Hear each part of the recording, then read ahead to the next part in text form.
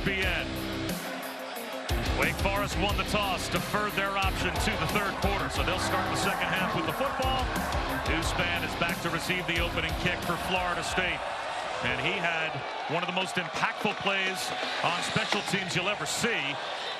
But lets that one bounce. It's into the end zone for a touchback. His kickoff return for a touchdown last week against Duke changed the game, and they've got some game changers on this offense. Trey Benson, 4th in the ACC in yards per rush. Keon Coleman leads the league in receiving touchdowns with 7. And of course, Jordan Travis, he is the conductor of this orchestra. It's amazing how quickly they're able to fly back up to the booth to catch this opening possession. Well, you know, when you have Nimbus and you can fly from Gryffindor like I can, then it happens that way. But you talk about Jordan Travis. He is the guy you turn the TV on to watch play. And like you said, he's the orchestrator of this whole thing. And they'll set up Coleman on first down. Little wide receiver screen, and he's got 8 to begin.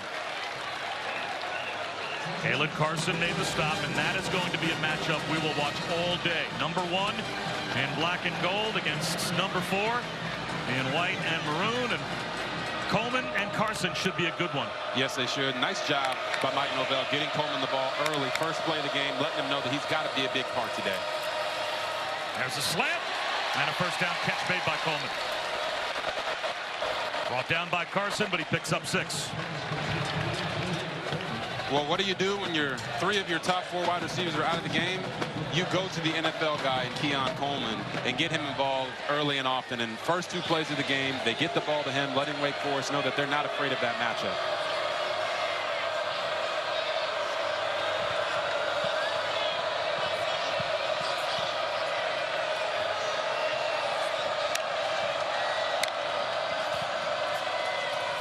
Play action. Seam shot. Should have been intercepted. A miscommunication there on the route, it seems, between Keon Coleman and Jordan Travis, and Kalen Carson dropped one right in his hands. Yeah, you're going to see right in his hands, Kalen Carson. Normally a good, sure-handed guy. Doesn't have any interceptions this season. But man, oh man, you got to catch the ones that they throw to you. I know he's kicking himself for that. A rollout now for Travis. Once again, the catch made by Coleman. This time wrapped up by Carson for a modest gain. And when we spoke with Dave Clawson yesterday, he said there are times we think they may become, Florida State, impatient offensively and take shots. When they do, we have to take the ball away. That was a golden opportunity missed on that last play. 100%. And you talk about Keon Coleman. They just went to him for the first 4 plays of the game.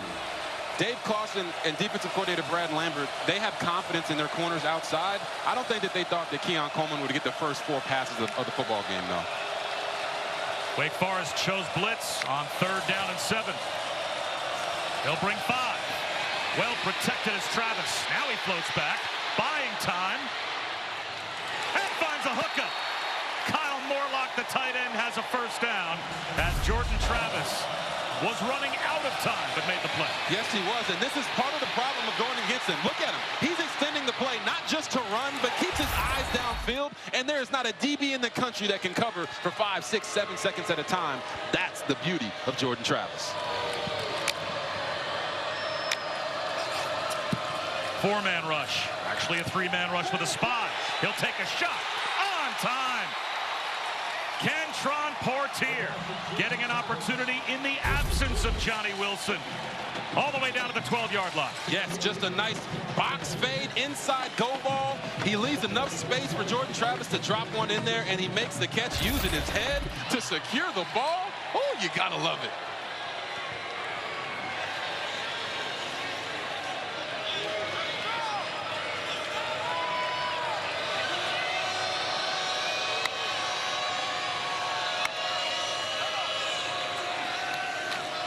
Losing the football on the mesh exchange was Jordan Travis, but he jumps back on top of it.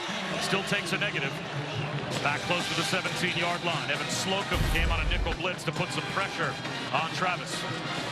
Yeah, you're going to see when they go to that mesh point, how do you stop that zone read? You attack the running back as fast as possible. Don't try to play both. Just play your responsibility. And Jordan Travis and the running back there have to have better ball security. A loss of 5 back to the 17.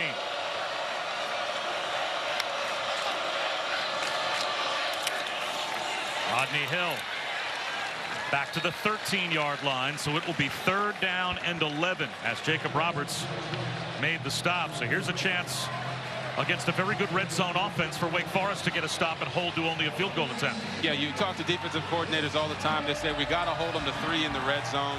That 4-point swing either way could pay dividends in this game. So if you're Jordan Travis, obviously you trust your offensive line, but once again, you're trying to get that football to the man of the hour so far, number 4, Keon Coleman. Travis has a lane, needs a block, gets it, touchdown.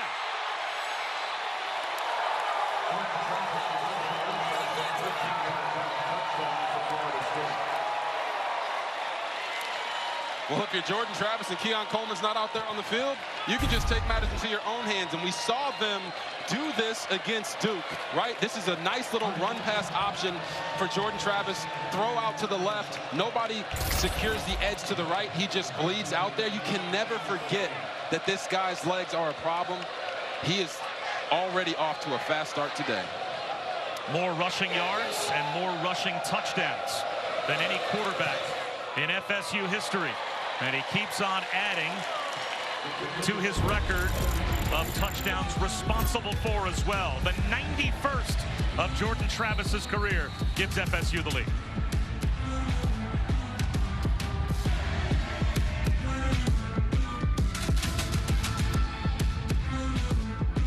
Number 1 is going to be feeling 62. Since the start of last season, Wake Forest is 10-1 when they limit the opposing quarterback to 62% completion percentage or lower, and 2-7 when they don't. Mitch, please! The Deacons need Mitch Griffiths to play the best game of his career and protect the football against the 7th-ranked pass efficiency defense in the country. And new money. Kalen Carson is one of the best corners in the country, and he's matched up against Keon Coleman, one of the best receivers in the country. NFL scouts are going to be locked in to this matchup all day long, and somebody's going to make themselves some money. Keon Coleman was a huge factor on the opening drive, and a big factor this year for Wake Forest, the quarterback carousel. Mitch Griffiths, he was the starter for the first 6 games of the season, ineffective against Virginia Tech, replaced by Michael Kern. Kern got hurt, Griffiths came back in, he got banged up, so Santino Marucci, the 3rd-string quarterback, with his first start last week against Pitt. A dramatic game-winning touchdown drive in the final seconds, but now Griffiths okay to get back on the field today. So Dave Clawson has his number 1 quarterback out of fall camp starting against Florida State. And they'll start with that slow mesh on the ground. Justice Ellison up the middle. And RG3, if they can run the ball today, that would be the recipe for success. Yes, it is, and it's the recipe for success because they just saw Duke do it to them last week. Duke ran for 197 yards, and they know with only 8 completions that Duke put out there, they can potentially run the ball all day today, but they got to establish that line of scrimmage. And a slow push for Ellison, but good enough for a first down. You know, when you talk about them running the football, they also understand that they have to score points because on this 13-game winning streak for Florida State, they've scored over 30 points every single time. So they do need Mitch to be able to push the ball down the field and take advantage of some of those one-on-one matchups on the outside that the slow mesh provides. And number 80, Jamal Banks, is going to be a big part of that for Wake Forest. Nearly popping it was Justice Ellison. Pulled down after a gain of 3. So it will be 2nd down and 7. Bernardo Green was able to make the stop. Well, this season, points per game, Florida State the best in the ACC. Wake Forest has struggled, and especially once the ACC schedule hit. Mitch Griffiths, in his first 4 starts, 11 touchdowns, 281 yards passing, as he rolls out here and fires one right sideline. That's incomplete. Intended for Taylor Morin, but once the ACC schedule hit, the sledding got much tougher. His last 3 starts, Griffiths has averaged 125 yards passing and has only 1 touchdown pass. Yeah, and when I watch that throw right there from Mitch Griffiths, I'm saying, Taylor Morin, you got to make that play for him. When your quarterback is going through a rough patch and things aren't going the way that you thought they would, players around him have to step up and start making plays. That was a good throw. Morin's got to make that catch. 3rd down and 7. Griffiths, pocket collapsing, and he's got nowhere to go. Daylight disappeared for Griffiths as he is sacked Patrick Payton all over him. Helped out by Tatum Bethune. When you say, hey, who got that sack? It's like, well, the whole defensive line. They decided to have a defensive team meeting there in the backfield. If you're Mitch Griffiths, once you see it start to close in on you a little bit, you got to make a decision to get out of there. Try to find an escape lane. But right now, that Florida State defensive pass rush made sure he didn't have any. Only 10 players on the field for Wake Forest, so they run a sub out late with the play clock winding down. Still have 3 seconds to get the snap off, and they do. Ivan Mora with a spiraling kick and a good one. Wow. All the way back to the 12-yard line, and a knee on the ground going nowhere was Coleman. So Wake Forest flips field position after a 53-yard punt, no return, down to the 11-yard line. Malik Mustafa made the stop on special teams. Continues to fill up for the Demon Deacons, but there is a lot of garnet and gold in the crowd here as well, as the Florida State faithful has invaded here in Winston-Salem. And why not? Jordan Travis has this team looking at a possible college football playoff and national championship run, especially with the way that they dominated Duke in the second half last week. And they'll start at their own 12-yard line here. First carry for Trey Benson. Gets to the sideline and gets bumped out at the 17-yard line. So he picks up about 5 on first down. Sean Jones made the stop. Yeah, and one of those keys was, hey, keeping Jordan Travis under 62% completion percentage. Well, they're not off to a great start. Going 5 for 6 for 63 yards is really good for Jordan Travis. And Bob, you didn't get the memo? It's Halloween. All the Wake Forest fans are dressed up as Florida State fans. Very convincing. Travis picks up a first down and carries tacklers. Tough to bring down. Out to the 30-yard line before finally Jacob Roberts got him on the ground to pick up a 14. We said in the open that Jordan Travis is probably going to have to use his legs a little bit more in this game with the wideouts that they have out. And right here, he's showing you his willingness to put the team on his back like that. Now, you don't want to see too many of those types of carries from your quarterback, but Jordan Travis is certainly on a mission today.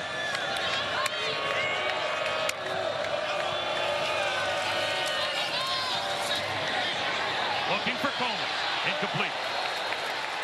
Tightly guarded by Kalen Carson.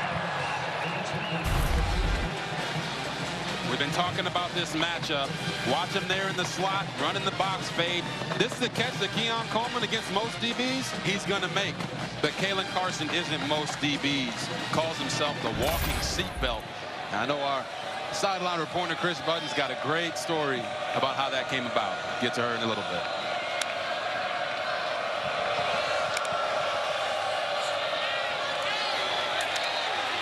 Another shot play. Broken up. Darion Williamson looked like he had a step. Yes, Darion Williamson beats the corner, but he didn't know that Malik Mustafa, the Nigerian missile, was out there and going to lay out to make sure that this wasn't a catch. Great defense there by their defensive leader, the guy that really gets them rolling, Malik Mustafa. Third down and 10.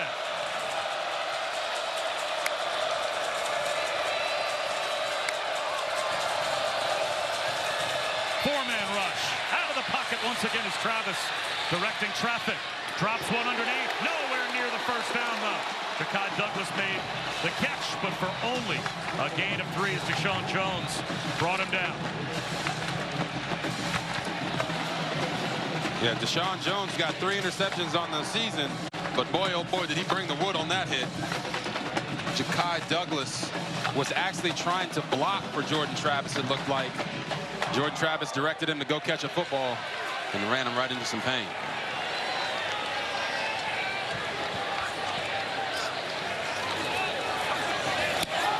Line drive kick.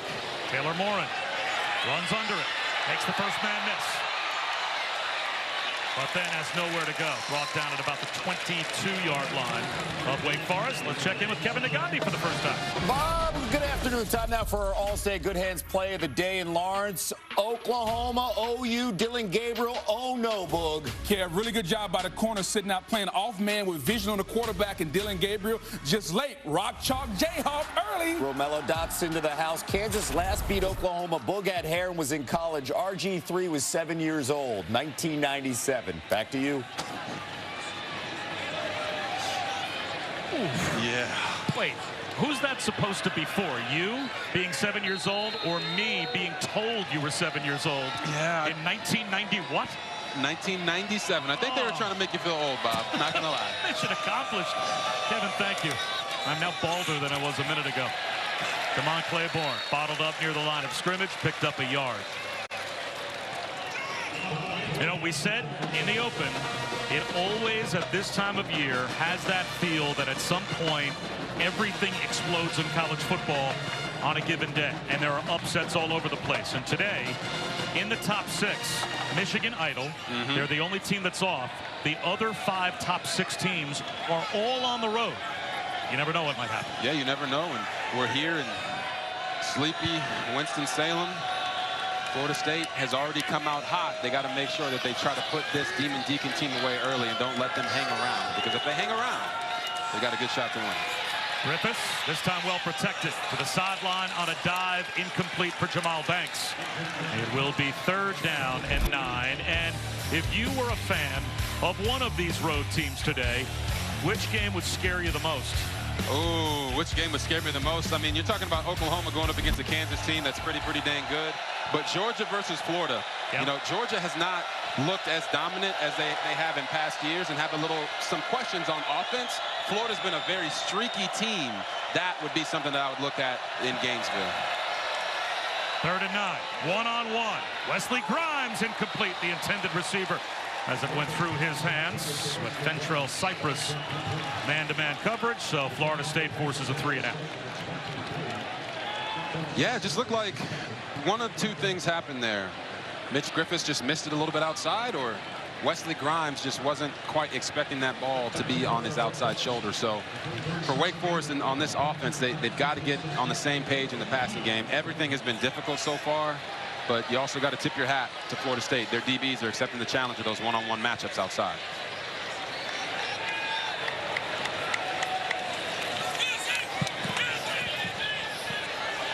Fair catch called for and made at the 37-yard line by Keon Coleman.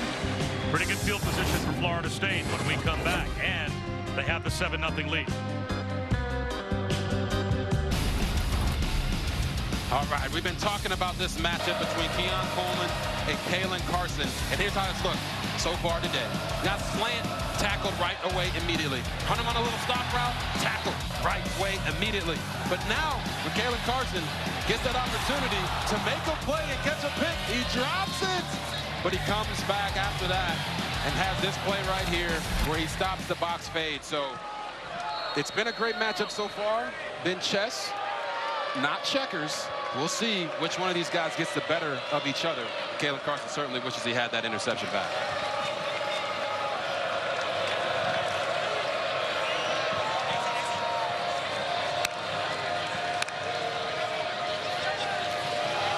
Benson breaks a tackle. Stood up after a gain of 8 to the 45-yard line. Let's check in with Chris. Yeah, Robert mentioned the nickname for Caleb Carson. It is the seatbelt, the walking seatbelt, which is also the name for all of his social medias. It was given to him by Dean Davis. He said, man, you lock up all those wide receivers like you're a seatbelt. It even has its own move. You go like this. And in fact, after the last incomplete, the teammates, even some of the security guards, doing the little seatbelt move. They'll need a lot more than that against Keon Coleman. Again, Travis on the move, and he'll throw this one away. It'll be 3rd down and 2. In case you didn't see the move. Oh, here it is. Nice. Okay, Chris. Now, Carson says that he invented that, and then everybody else copied him, because now you'll see DBs all across the nation when they lock down a wide receiver. They do the seatbelt motion. And there's probably a little bit of debate there of who came up with it, but either way, he's a great player.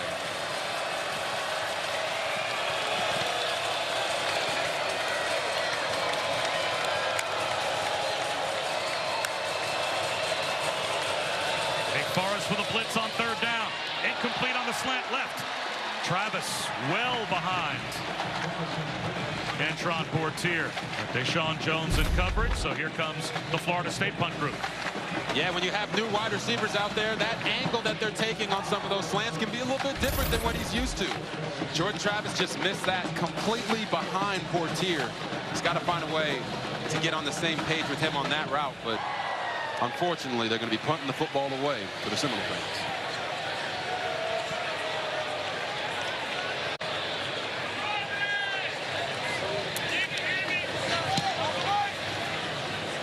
End over end kick.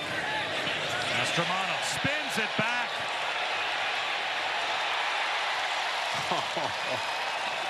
Will it be down at the 1-yard line? It looks like it will. Yes, perfectly executed. Down to the 1-yard line, Florida State. Able to keep it out of the end zone, and looked like Jarian Jones did it. Yes, Jarian Jones. Oh, did everything he could to keep that ball out of the end zone. Let's see.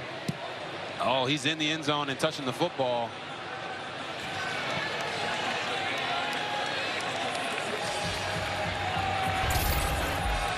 But the ball doesn't go into the end zone, so that's all that matters in that situation. And it's actually a different rule, college football to the NFL. In college football, the ball is the only thing that matters. And that was well done by Florida State down to the 1-yard line. Breathing room. Ooh. As Claiborne takes a hit but gets it out to the 5. He picks up 4. Good God. Azarie Thomas in there laying the stick on the running back there coming out of the end zone. But yeah, I just can't speak enough about how good of a play that was by Jarian Jones. You want to talk about hustle? Mike Norvell told us that his guys, when they go to the NFL, they're going to be ready, and they play special teams. There's a lot of guys in the NFL that have long careers just because of plays like that. Claiborne again, wrapped up by Jared Verse behind the line of scrimmage. He fought his way back to the 5-yard line to make it 3rd down and 6. Byron Turner eventually finished him off. Verse with penetration to get there first. And now we have Jared Verse down on one knee. So the preseason All-American, who has played like it so far this season for Florida State, injured on that last play. So let's check in with Kevin Nagandi. Bob, Penn State coming off their first loss of the season, hosting Indiana. Brendan Sorsby to DeKeese Carter here, Boog. Really good job of evading the secondary guy and getting on top, and then it's just a bunch of missed tackles and IU to the house. Kev, do we have a little post-Ohio State thing over? Oh, yeah, longest play Penn State has allowed in 20 years. Bob Wischusen was only 20 years old back then. Oh, just unnecessary. Oh, they are on you, man. Jared Verse, it is good to see him walk off on his own. And hopefully he'll be able to shake off whatever had him hurting. Yeah, it's hard to tell exactly what it is. Maybe he got poked in the eye or something. He's holding his face mask. Flags down. And it looks like it'll be a half the distance penalty. Offense number 17. The penalty is enforced half the distance to the goal. It's still 3rd down. So now this will make it closer to 3rd down and a long 8 for Wake Forest inside their own 3-yard line. And obviously being inside your own 3 is not a good thing. But when we talked to offensive coordinator Warren Ujiro, he said that being in those 3rd and manageables is where they want to be. So now having that penalty puts them in a situation where they might be a little bit more conservative with this play call. Griffiths back in the end zone to the sideline, broken up, almost intercepted.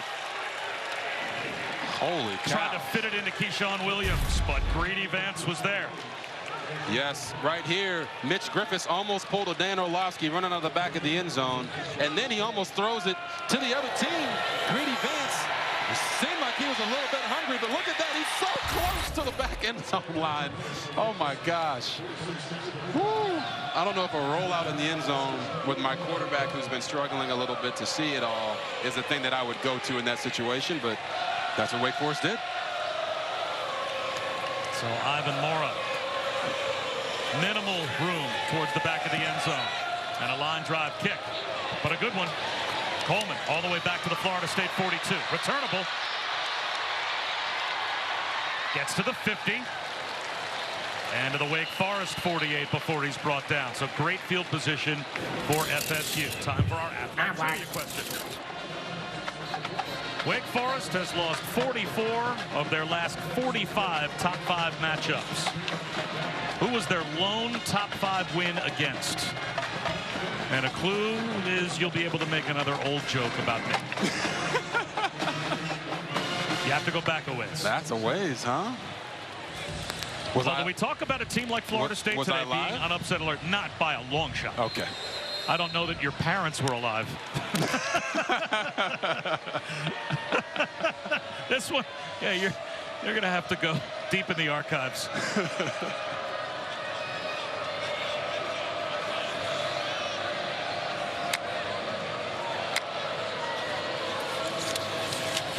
Now running here with Toafili. And he's got 9 yards on first down. When we talk about teams being an upset alert today, I think it helps Florida State to have such a huge contingent of their fans here. Now, you said you wanted to put Georgia on upset alert potentially against Florida, but in Jacksonville, the Dogs will have tons of fans there as Rodney Hill's brought down behind the line to set up third down and about 5. Yeah, and who was it?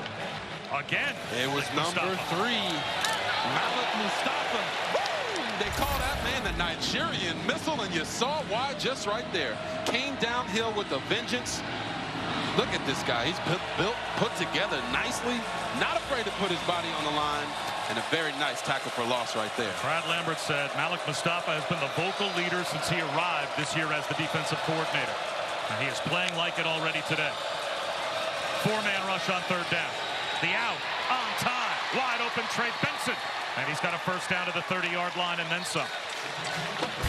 And two things we just seen, right? Right here, you're going to see Trey Benson coming out of the backfield doing something that they're not used to seeing him doing, which is catching the football and being a factor in the passing game. The coaches talked about how impressive he has been in that aspect of the game. Benson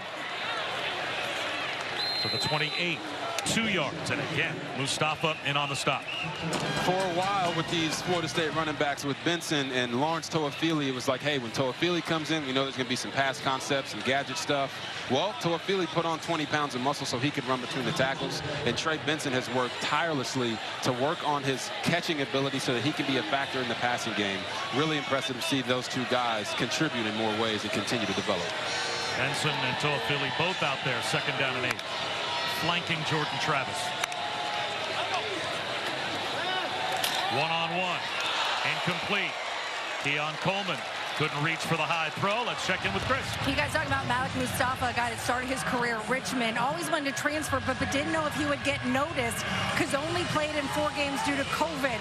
Comes here and has continued to be a superstar. How hard is it to get hit by him? At one point last season, got clocked 23 miles an hour on GPS. Say what? 23. And then all 207 pounds of him hits you. Third down and 8.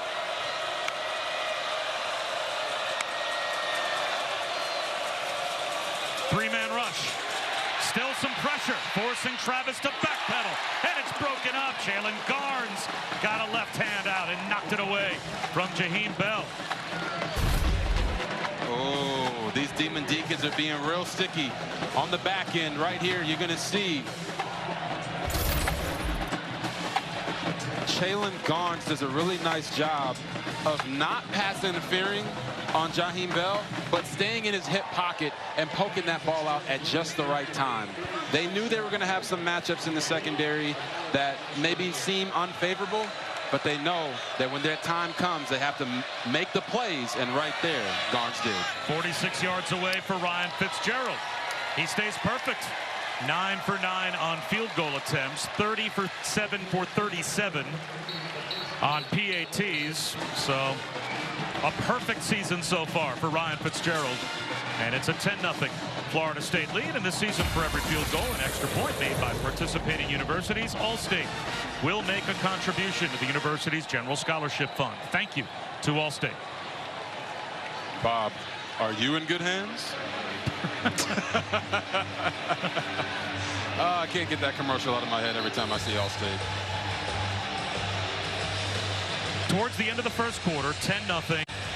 And Wake Forest really hasn't moved the ball offensively yet. So you'd have to say, from Mike Norvell's standpoint, this is the perfect recipe to settle this game down and win one on the road. But if you're Dave Clawson, what are you trying to do to inject some life into your offense as much as they've struggled this year? Yeah, if I'm on the sideline, I'm talking to my offensive line, and I'm saying, guys, we're struggling in the passing game, just like we have for the majority of the season. We have to start running the football and get Damon Claiborne in the open field to get Mitch Griffiths going. Claiborne, no chance for a return here. Back to extraordinarily young Kevin Nagano. Bob, Oklahoma in some trouble. How about the physicality of the Kansas Jayhawks? Daniel Highshaw here, Bogue. Yeah, right now one team came to play and the other one didn't. Kansas controlling this game at the line of scrimmage. Kansas right now up 14-0. Meanwhile, Indiana muffs a punt. Penn State takes advantage. Drew Aller wide open to Khalil Dinkins. Yeah, that's an easy touchdown. And by the way, Kev, you are not young. I know that. I know that. Back to our ageless wonder that is Bob Wischusen. Thanks, Kevin. First and 10 for Wake Forest at the 25-yard line. 10-0. Seminoles have the lead. Ellison pushes the pile for 5 yards on first down into the arms of DJ Lundy. And this will take us inside of the final minute of the opening quarter. You know, Bob, there's nothing like two old guys calling each other old. I think it's pretty funny. I'm getting a good kick out of it. But spoken like someone born in the 90s. Exactly. I'm proudly 33 years old. But you talk about this Wake Forest offense. I want to see them also push the football down the field on some go routes. Ellison, pumps free. Justice Ellison down the sideline, all the way into the red zone before he's bumped out.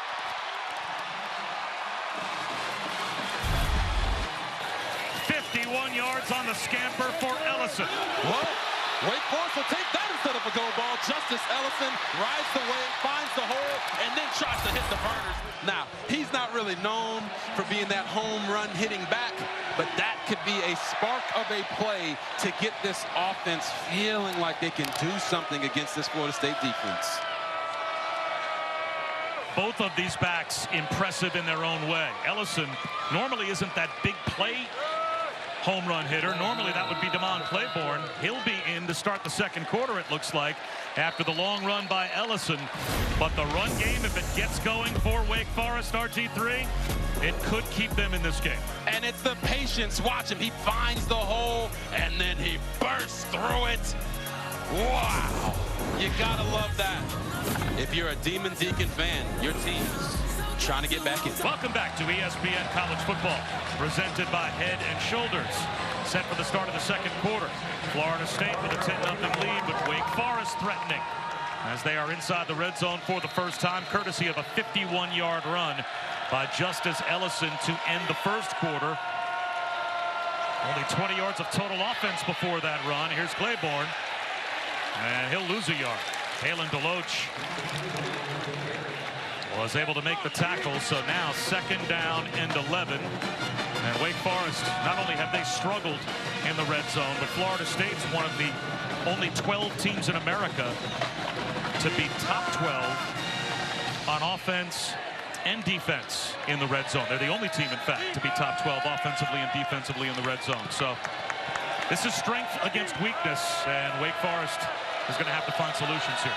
So you're saying they don't have much of a chance? Well, Mitch Griffiths hasn't completed a pass yet. He's 0 for 4. He's going to try here. He's going to lob one. He's got an open man. Close to the goal line, reaching it out, Morin. He'll be down inside the 1-yard line. So just like that, the struggling offense completes a pass against the good red zone defense. And Mitch Griffin said, I heard you talking about me, Bob. I'm going to get it over there to Taylor Moore. Nice corner route. I wish he could have put it out a little bit more in front of him so he could have walked in for a touchdown. But hey, man, beggars can't be choosers. You're going to take what you can get at this point. Now they're sitting there on the goal line, and they've got to lean on their running game to run the ball into the end zone and make this bad boy a game. The tight end, Cameron Height, to the right of Grips in the backfield. Claiborne looking for room up the middle and not finding any. Braden Fisk, Kalen DeLoach, Lundy, they were all there. That's a loss of a yard.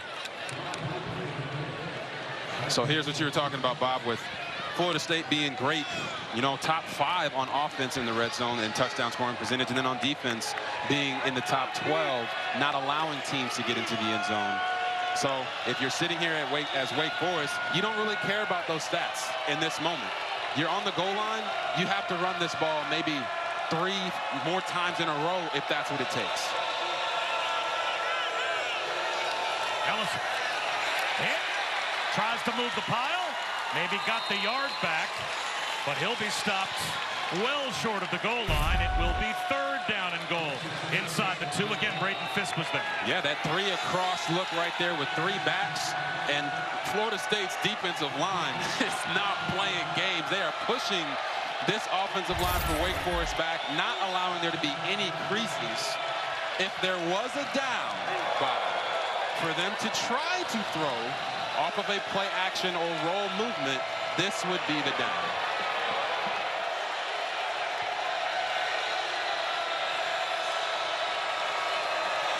Jet sweep. Touchdown. Keyshawn Williams with speed to the goal line. Just what Wake Forest needed to get back in the game.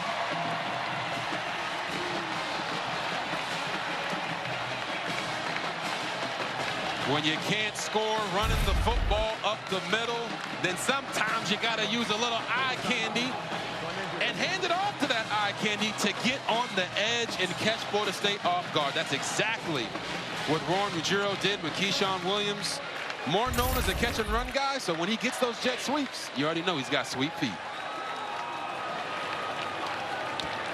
First rushing touchdown of the season for Williams, and that completes a 75-yard touchdown drive. Of course, the 51-yard run by Ellison was the key play. And we have an injury timeout as we will step aside. It looks like good injury news for Florida State. Shaheed Brown was banged up at the end of the last play, able to walk off the field. A brief visit to the injury tent. You might be able to see him in the background there. He's under one of the pop-up tents now with the rest of his defensive teammates. So it seems like he's okay, but the point after attempt now for Wake Forest to try and make this a field goal game.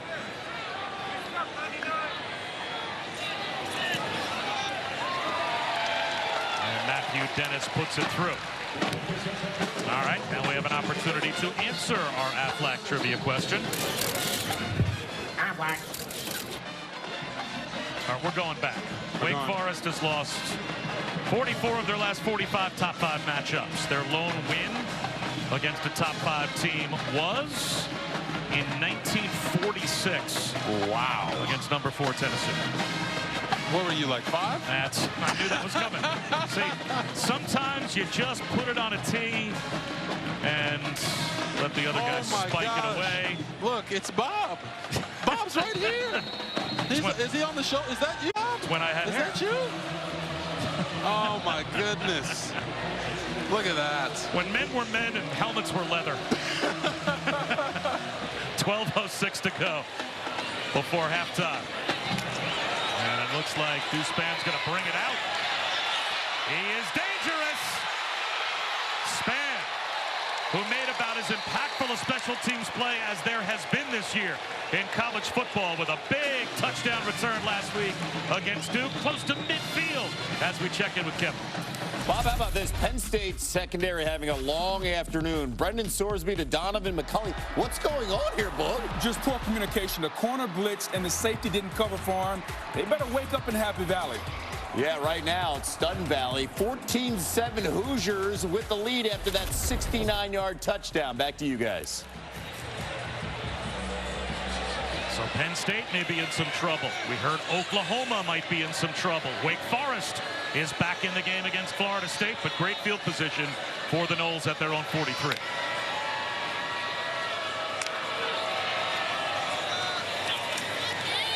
Travis off a play-action fake. Dumps one to Rodney Hill.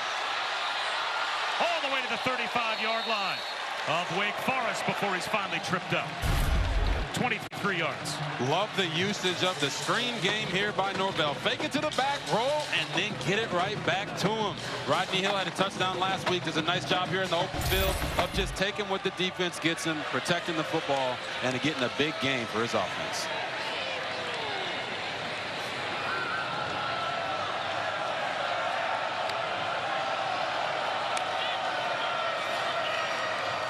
Now it's Trey Benson. A little stutter step to the sideline and a broken tackle inside the 30-yard line before he steps out. At the Wake 29, he picks up 5. Quincy Bryant was there to make the stop. You know, for Trey Benson, it's just really about getting him to be consistent in his production. He had 200 yards against Virginia Tech, and he followed that up with 74 against Syracuse and then 26 against Duke. They want to get him rolling early because they know as it gets colder in the season, nobody's going to want to tackle a big back like him who can hit a home run. He had a huge breakout game, 200 yards against Virginia Tech a few weeks ago. Keon Coleman, one-on-one, breaks the tackle of Kalen Carson and finds pay dirt.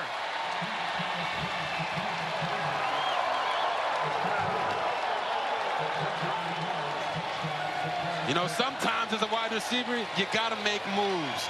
But right here, you're going to see Coleman lined up against Carson, and you just got to make him miss sometimes. Put that man on his knees like it was a toilet seat right there. Gets vertical. Keon Coleman is what we call a Sunday guy. We're not talking about ice cream. He's going to be playing on Sundays here pretty soon.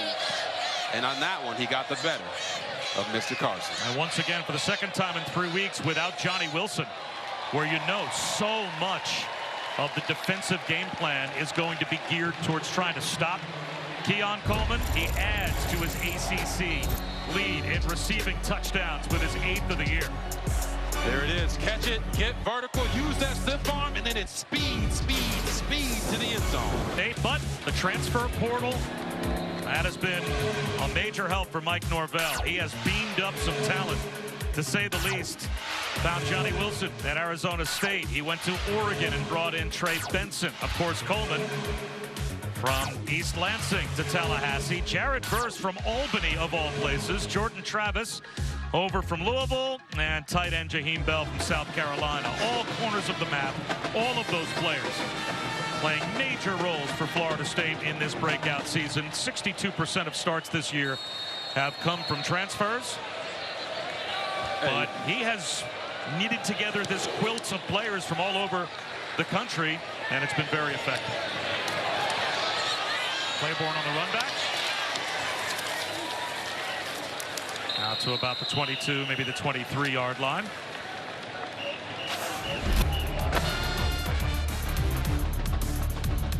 And one of the transfers on that list, now with most consecutive games with multiple touchdowns responsible for in the ACC. There's Jordan Travis, up to 15 on this list. Yeah, it just shows you just how consistent he has been and why every coach that talks about him says that he is one of the best football players in the country. He knows how to get the ball into the end zone, and offensive coaches love guys who have a nose for the end zone. But I want to say a shout out to our graphics guy who made that, because not only was it awesome with the video of the alien abduction, but you know, getting those guys from all those different places, that's a beautiful way to showcase that. There's the slow mesh, but a pass incomplete behind Banks. It'll be 2nd down and 10, and that slow mesh action in the backfield, a staple of the Wake Forest offense. And you asked Mike Norvell, what do you do with that slow mesh? And he basically said we have to go and attack it. That's what Adam Fuller, the defensive coordinator, backed up as well. Yeah, because when you see that slow mesh, they're walking closer and closer to the line of scrimmage. So what they want to do is push the line back so the quarterback has no room to throw. And that was part of the reason that Mitch Griffiths missed that throw from behind, because he didn't have a clear lane to it. A false start will now be called.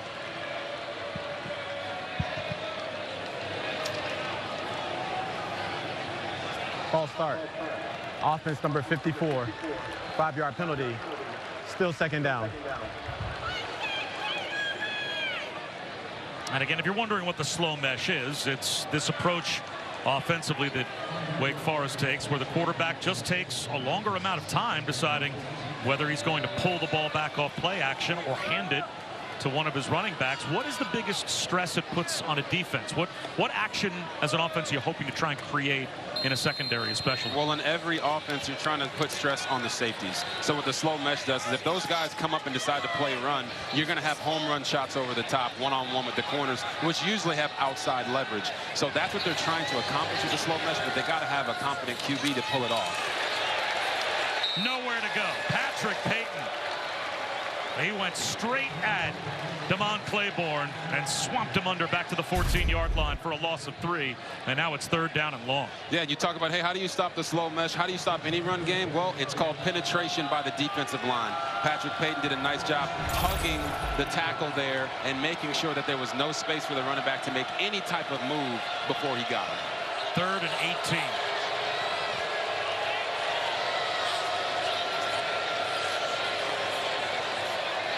So now when you talk about for Wake Forest on 3rd and 18, this is the matchup that they're going to try to go after. It's Jamal Banks there going up against Renardo Green. Griffiths looks that way and instead goes down. Omar Graham Jr. brings him down close to the line of scrimmage. 2nd sack for Florida State. And the Wake Forest offense went backwards. Yeah, you saw Griffiths look to Banks, didn't like the matchup, tried to get up there and go get it. But nice job by Omar Graham Jr. getting him. And when you look on the back end and you see that coverage, there is nobody open. So part of the problem is the way that the quarterback is playing, but the other part of the problem is they're not separating and giving him clear lanes to throw to. End over end kick, fair catch. On the back pedal is made by Keon Coleman, but again, it will be great field position for Florida State across their own 40-yard line. Kick off your Week 8 NFL Sunday at 10 a.m. Eastern with the Countdown crew on ESPN and the ESPN app tomorrow. And Joe and Troy will have Monday Night Football in Detroit. The 5-2 Lions will take the field against the Raiders. They'll host a Monday Night Football game for the first time since 2018. 8 Eastern, 5 Pacific. It begins on ABC, ESPN, and ESPN Deportes. And Jared Goff to Amon-Ra St. Brown, one of the best quarterback to wide receiver combinations in the NFL. Yes, and don't be distracted by them getting blown out by the Ravens last week. They're a very legit contender in the NFC. Looking forward to be on Monday Night Countdown with the guys. Trey Benson, no gain on 1st down. Jalen Garnes came up and made the stop right at the line of scrimmage. Field position has been dominated here in the 1st half by Florida State. Yeah, and you can go back to that kickoff return by Deuce Spann as well. So many people talk about the offensive defensive side of the ball, but special teams can be huge in creating those mismatches and giving you great field position throughout the game. Roll out for Travis, a flag down. He'll heave one down the sideline. Jump ball, and it's pulled in for a potential touchdown. What a catch by Kentron Portier, but it comes back. Offense number 70, 10-yard penalty, repeat 2nd down. Casey Roddick called for the holds that erases the Portier touchdown. Man, I still kind of want to show the catch highlight because that was fantastic there by Portier. What you're going to see is you're going to see, we always see this when the quarterback is breaking the pocket or on a design boot. If the offensive lineman, once the quarterback passes them, if they don't let go, the D lineman is taught, throw your hands up, make it look like you're being held, and refs will always throw that consistently time and time again.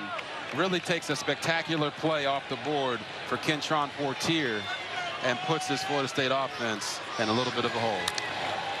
So from the end zone to 2nd down and 20. Jordan Travis, clean pocket this time. He's got room to run. He's going to direct traffic instead to the sideline. Coming back for a 1st down hookup is Coleman, but a flag is thrown. And they'll call Keon Coleman for a push-off. Yeah, he definitely pushed off by it. Pass interference. Offense number 4. 15-yard penalty. Repeat 2nd down.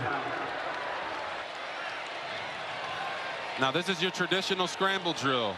Keon Coleman's going to have a vertical route, and what they teach you as a wideout is you need to come back towards the ball when the quarterback scrambles. So here he is. They're kind of hand fighting a little bit.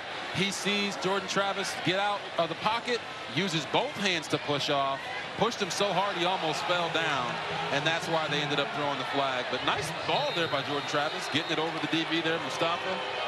But I don't think Coleman needed to do that. In those scramble drills, when you stop, more times than not, the DB is going to be out of control anyway. Keep your hands to yourself. 2nd and 35. They'll hand one off to Keziah Holmes, and he'll lose a yard. So now it'll be 3rd and 36. A possession that began for Florida State at their own 41-yard line, and now it will be 3rd down back at their own 15. You just talked about field position, right, Bob? Well, those holding calls, they push you back, and now you're sitting here at 3rd and 36, and I've always said this, there's not really a call for 3rd and 36. You might end up just playing field possession here, field position game here, run the football, do a screen, but don't put yourself in a situation where Jordan Travis is now, having to drop back and pass a 7-step drop in his own territory. Play clock winding down, and a timeout's going to have to be called from the sideline by Mike Norvell. We will step aside midway through the 2nd quarter.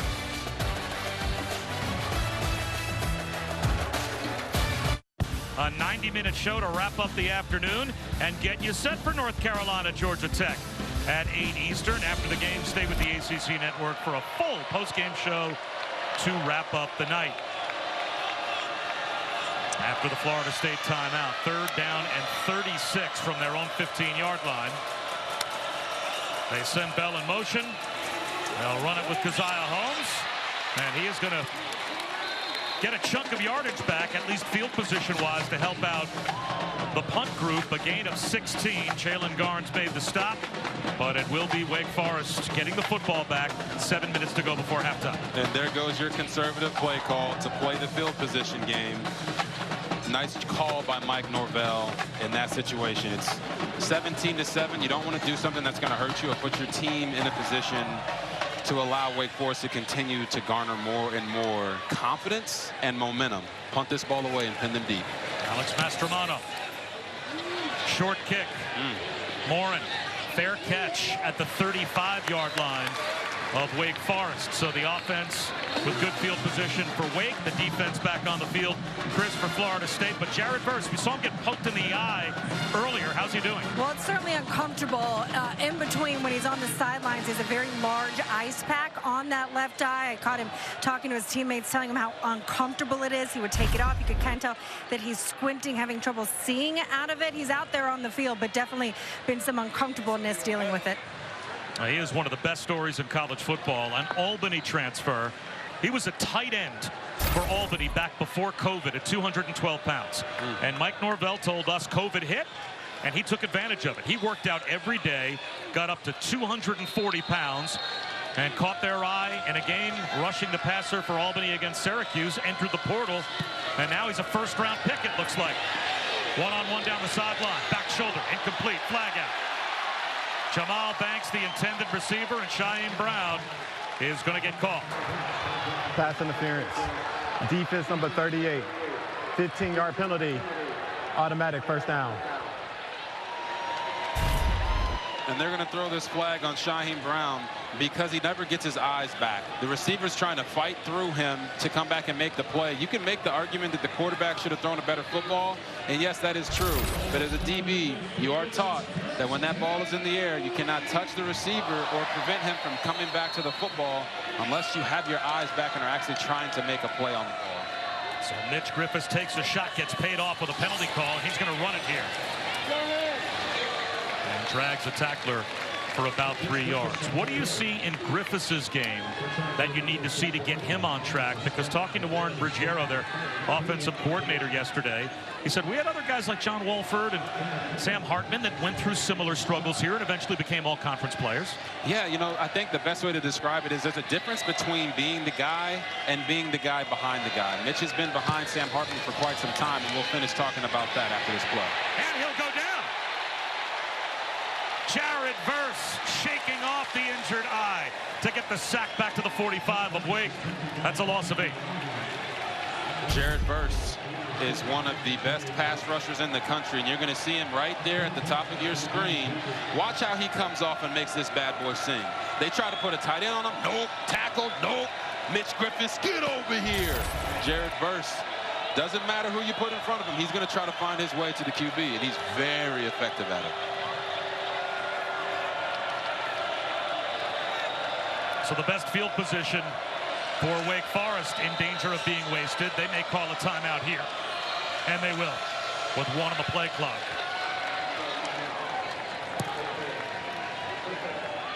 The Demon Deacons were a little late getting some players in. That allowed Florida State the right to substitute as well. And with the play clock winding down, Dave Clawson called timeout. So coming up next at 3:30 Eastern here on ABC, our triple header rolls on. Number 7 Texas will host BYU in Austin. And then we cap the day with Coach Prime in Colorado at the Rose Bowl in Pasadena, squaring off against number 23 UCLA. Just getting the college football day started here on ABC, and the most career interceptions in Florida State history. How about that list? How about the last 2? Coach Prime tied with Lee Corso. That's as good as it gets. That is as good as it gets. That's incredible, man.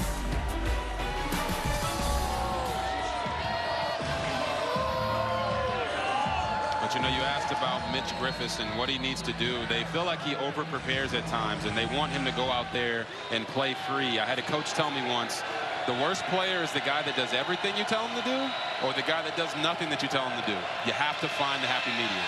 Quarterback run on 3rd and 15. And again, the tackle made by Kalen DeLoach at the line of scrimmage. Now, we were told yesterday that there would be some 3rd down calls for Dave Clawson and Warren Ruggiero that would tell you we're going to go for it on 4th down, but not here on 4th and 15. No, they were trying to surprise them with a nice little quarterback draw, potentially get, you know, 10 yards, put themselves in a 4th and 5 position, and they certainly would go for it because they know they have to be more aggressive in those situations and use all 4 downs. But when you get tackled for a gain of 1 yard, you definitely got to punt. Then Mora will try and pin Florida State deep, aiming for the corner. And it takes a hop into the end zone. He didn't miss by much. So it'll be the 20-yard line for the Noles when we come back. Some early trouble here. Oklahoma on the road struggling. Penn State showing some life at home. What are you seeing from Florida State? I would love them to run the football a little bit more with Trey Benson. And it's so obvious that when Jordan Travis gets outside the pocket, the repertoire that he has, can throw the football down the field, the relationship between he and Keon Coleman, it is explosive outside the pocket. Repertoire. I'm impressed. We pulled out the dictionary for this hit, Bob. Wow. You.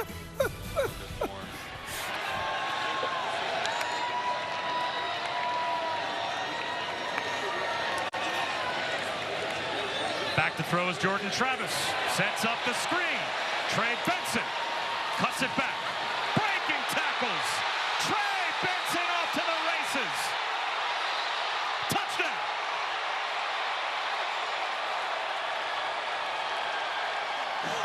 Oh, my goodness.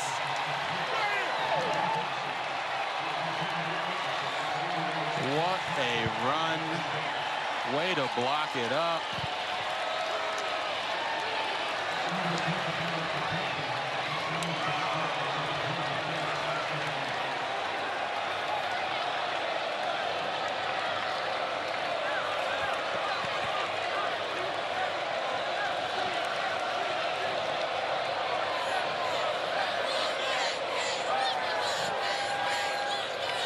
That screen pass for a touchdown to Trey Benson covered 80 yards. Wake Forest has 81 total yards so far here in the first half. 24-7 Florida State. Oh, my goodness, man. You're going to watch this guy come across. Trey Benson's going to link out, and they're going to get 2 offensive linemen out in front of him. And when you have big fellas that can block for the running back out in space, those short gains on screens turn into touchdowns. And watch Trey Benson cut it back across the formation and take it to the house. I mean, Trey Benson is a 220-pound monster. For him to be able to do that at that size in the passing game, right? The run after the catch. Look at this dude. Just built, bouncing off of dudes. He knew he was going to take it to the house. Nobody's running him down. He's getting all the way to the end zone. Through the first 4 games of the season, Trey Benson was struggling a bit and then got a call from Dalvin Cook. Ooh. And Dalvin Cook said, relax, you're going to be fine. You just keep hitting it, and it is going to break. And in the next game against Virginia Tech, he piled up 200 yards on 11 carries. And he's been a big play weapon for them ever since, as we will be back in 8 seconds. Now a look from Ram Trucks. Ram Trucks, built to serve.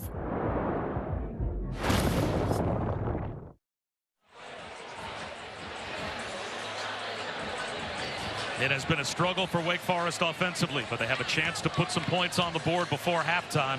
6 possessions, 5 punts. They've gone 3 and out 4 times, and most of their yards came on 1 run by Justice Ellison. Yeah, and it's all about how they respond here, right? Football is about shifts in momentum. You got punched in the mouth. What are you going to do about it? Here's Ellison. He's got 4 yards on first down. Jarian Jones made the stop for Florida State. You know, one of the keys for Wake Forest coming to this game, when we talked to Warren Ruggiero, he said, we cannot force the explosives. Well, Bob, when you're down 24-7, you might want to start forcing some of those explosives. You know, running the football against a team like Florida State who can score in bunches when you're down by 17 isn't always the way to go. They got to open up the passing game. Griffith scanning the field. Held onto the ball all day. That's a coverage sack. And the Wake Forest fans getting a little antsy as he had nowhere to go with the football, and then Verse and Farmer met at the quarterback. Yeah, and you're going to see the coverage here. Well, he's got Taylor Moore open there. He's just got to wait on him for a little bit. Just seems like Mitch Griffiths was not working that side of the field, and by the time he got down to the right side of the field, he already had the pressure in his face.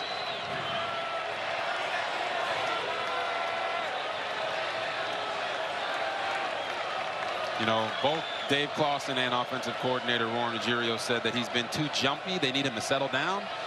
Let's see what he can do here on this next play. Jump ball, sideline, on 3rd down, incomplete. Renardo Green was perfectly positioned in coverage, and it will be another 3 and out for Wake Forest. Yeah, you talk about Renardo Green. He's Florida State's best cover guy. But the spacing right there between the routes, the slot receiver and the outside receiver seemed like they were in exactly the same spot. That doesn't give the quarterback room to make the throw. And then if you're Mitch Griffiths, you have to throw your receiver out the back end right there. We talk about throwing it down the field. Let them run underneath that catch. That wasn't even a back shoulder. I don't know who he was throwing that football to. And the always dangerous Keon Coleman in position to receive at the Florida State 35-yard line. Fair catch. Just shy of the 35. So again, good field position for the Noles. All season long, student sections across the country are competing to be the Live Moss Student Section of the Year, courtesy of Taco Bell. Download the Taco Bell app to learn more. Happy Halloween. Is that Ted Lasso? Yeah, they need Ted to create some belief. I want to see Ted Lasso in the locker room, give him a speech. They might need that at halftime as the Wake Forest offense is really struggling. And look, last week it was an inspiring comeback courtesy of Santino Marucci at quarterback, and we were told by Dave Clawson both quarterbacks may play today. See if he goes to Marucci. Swing pass out of the backfield to Philly. Out to the 39-yard line. It's a gain of 5 on first down.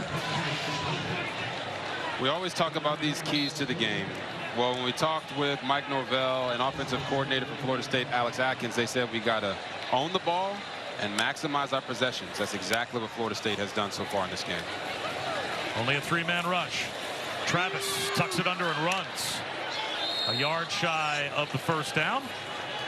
Makes it 3rd down and 1. True freshman Aiden Hall made the tackle. And going back to that screen pass for a touchdown by Trey Benson, Alex Atkins also told us every explosive play doesn't have to be thrown deep down the field. They've found ways in this game to have big catch and runs and create those explosives without Jordan Travis having to throw the ball 40 yards. Swing pass. Jaheim Bell gets walloped, but he's got the first down. And a gain of 5. Oh my God, listen to this hit. Holy cow. Nick Anderson just baptized Jaheim Bell right there on that hit. Good for him. He got the first, so he probably didn't feel it. Travis floats one down the seam for Bell. Drops it in. 8 different receivers have now hooked up with Jordan Travis Bell, the latest on the last 2, and they're in the red zone. And Bob, guess who that was on? The man that just lit him up and baptized him. He said, "You gonna hit me like that? Okay, I'm gonna get this mismatch in the slot, and I'm gonna make this big play catch on you." Way to get him back, Jaheim Bell. Well, Nick Anderson, originally a walk-on at Wake Forest back in 2020. He can lower the boom, but that time Bell won the battle. One-on-one. One-handed catch, Keon Coleman, another touchdown. Unfair.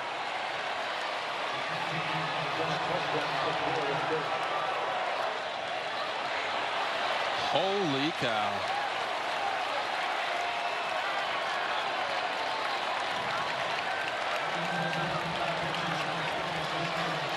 I mean, Keon Coleman's making him that new money today for sure.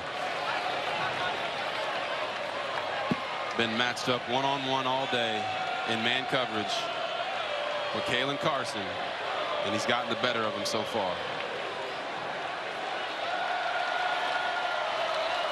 Second of the day, 9th of the season through the air for Keon Coleman, leads the ACC.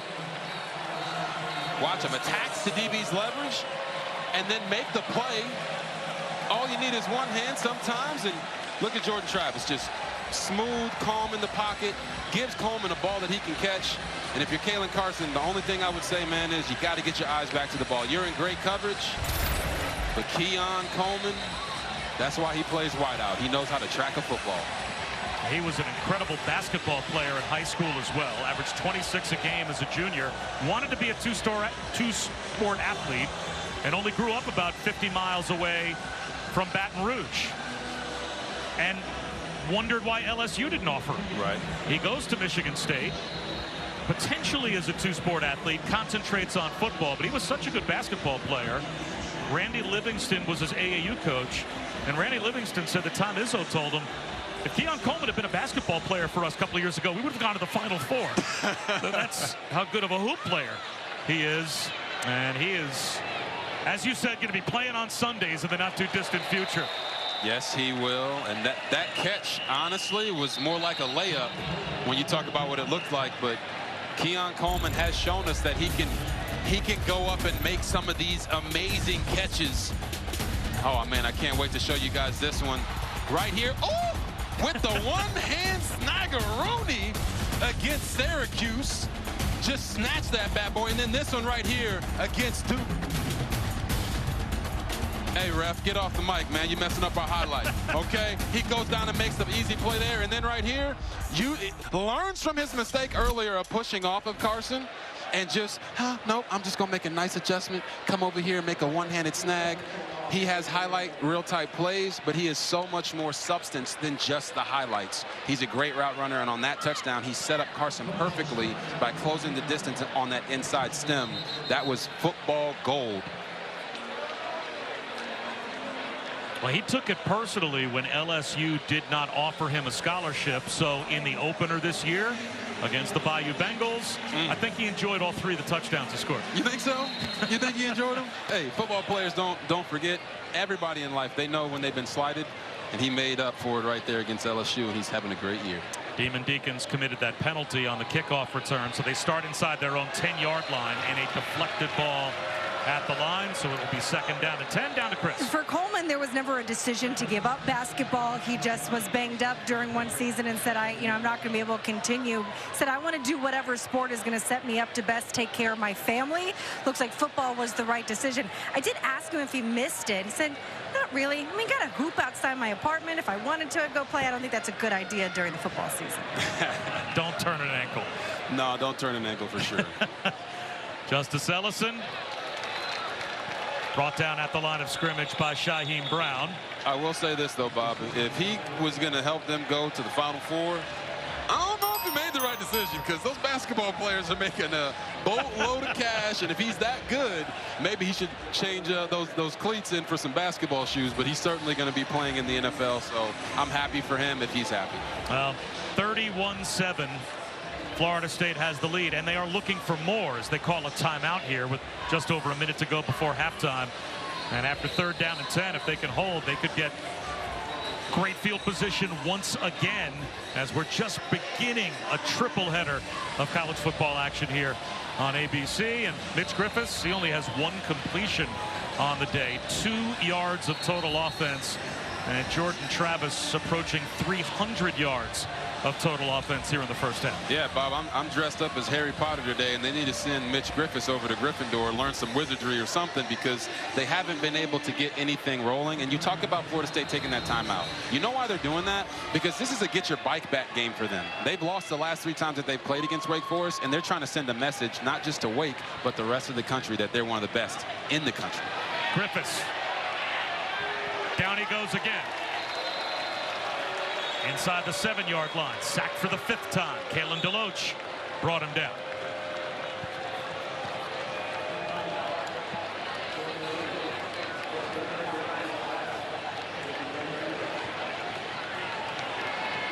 So Florida State will spend their final timeout. And with 58 seconds to go before halftime, again, they could get great field position. Bob Wischusen here with Harry. We had Taylor Swift down on the field before the game. We did. You're pulling this off, by the way. I appreciate that. Yeah, I think it's the wig. It's strong. It's the wig. All right. So, I mean, what sorcery can Wake Forest use to try and get back in this game? You know, I don't ever call for quarterbacks to be taken out of the game, but with what we've seen, it seems like they need to move on to Santino Marucci, because he's going to give them somewhat of a spark. I've seen receivers on the field putting their hands up.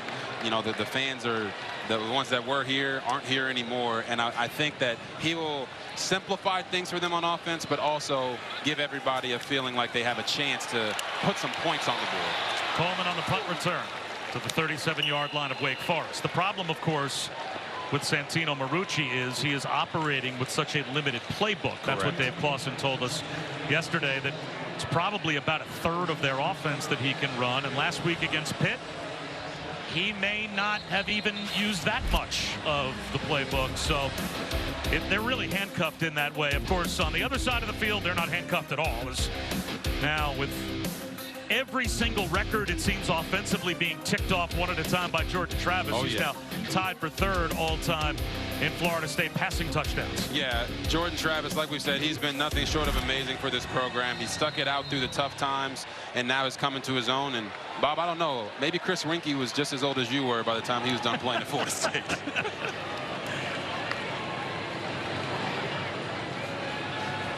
Travis still on the attack, looking downfield. Down the sideline, incomplete. Ja'Kai Douglas tried to work his way back to the football and lost his footing as he was bottled up by Evan Slocum. 43 seconds to go in the half.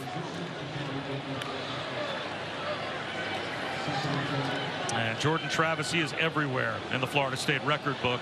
Yeah. And thinking about how he got off to a bumpy start, at one point was thinking about giving up football, because he and Mackenzie Milton went back and forth as to which one was going to be the starter a few years ago.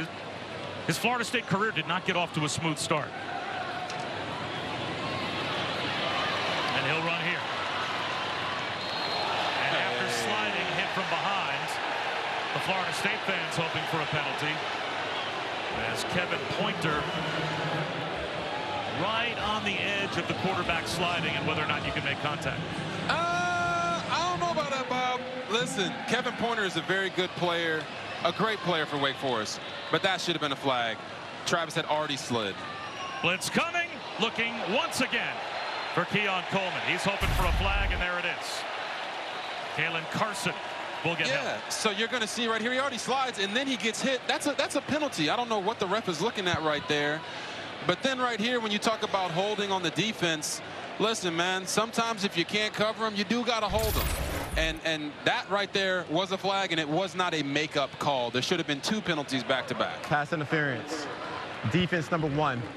The penalty is an automatic first down at the spot of the foul. So Florida State with possibly 1, maybe 2 opportunities to take a crack at the end zone here with 11 seconds to go before halftime. At the very least, they are in comfortable field goal range.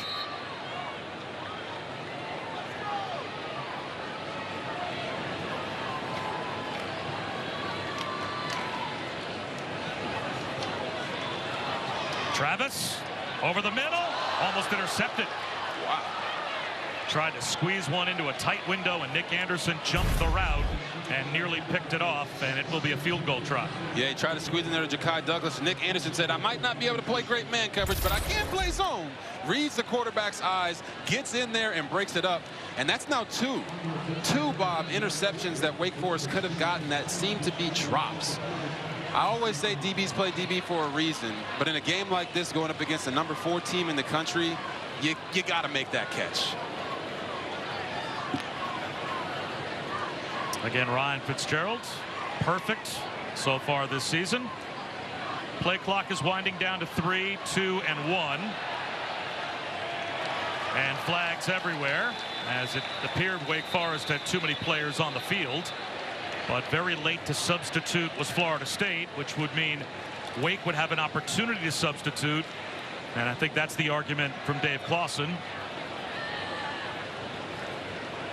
Not sure it changes the outcome much one way or the other here, as it might just be a field goal left on the board for the Noles.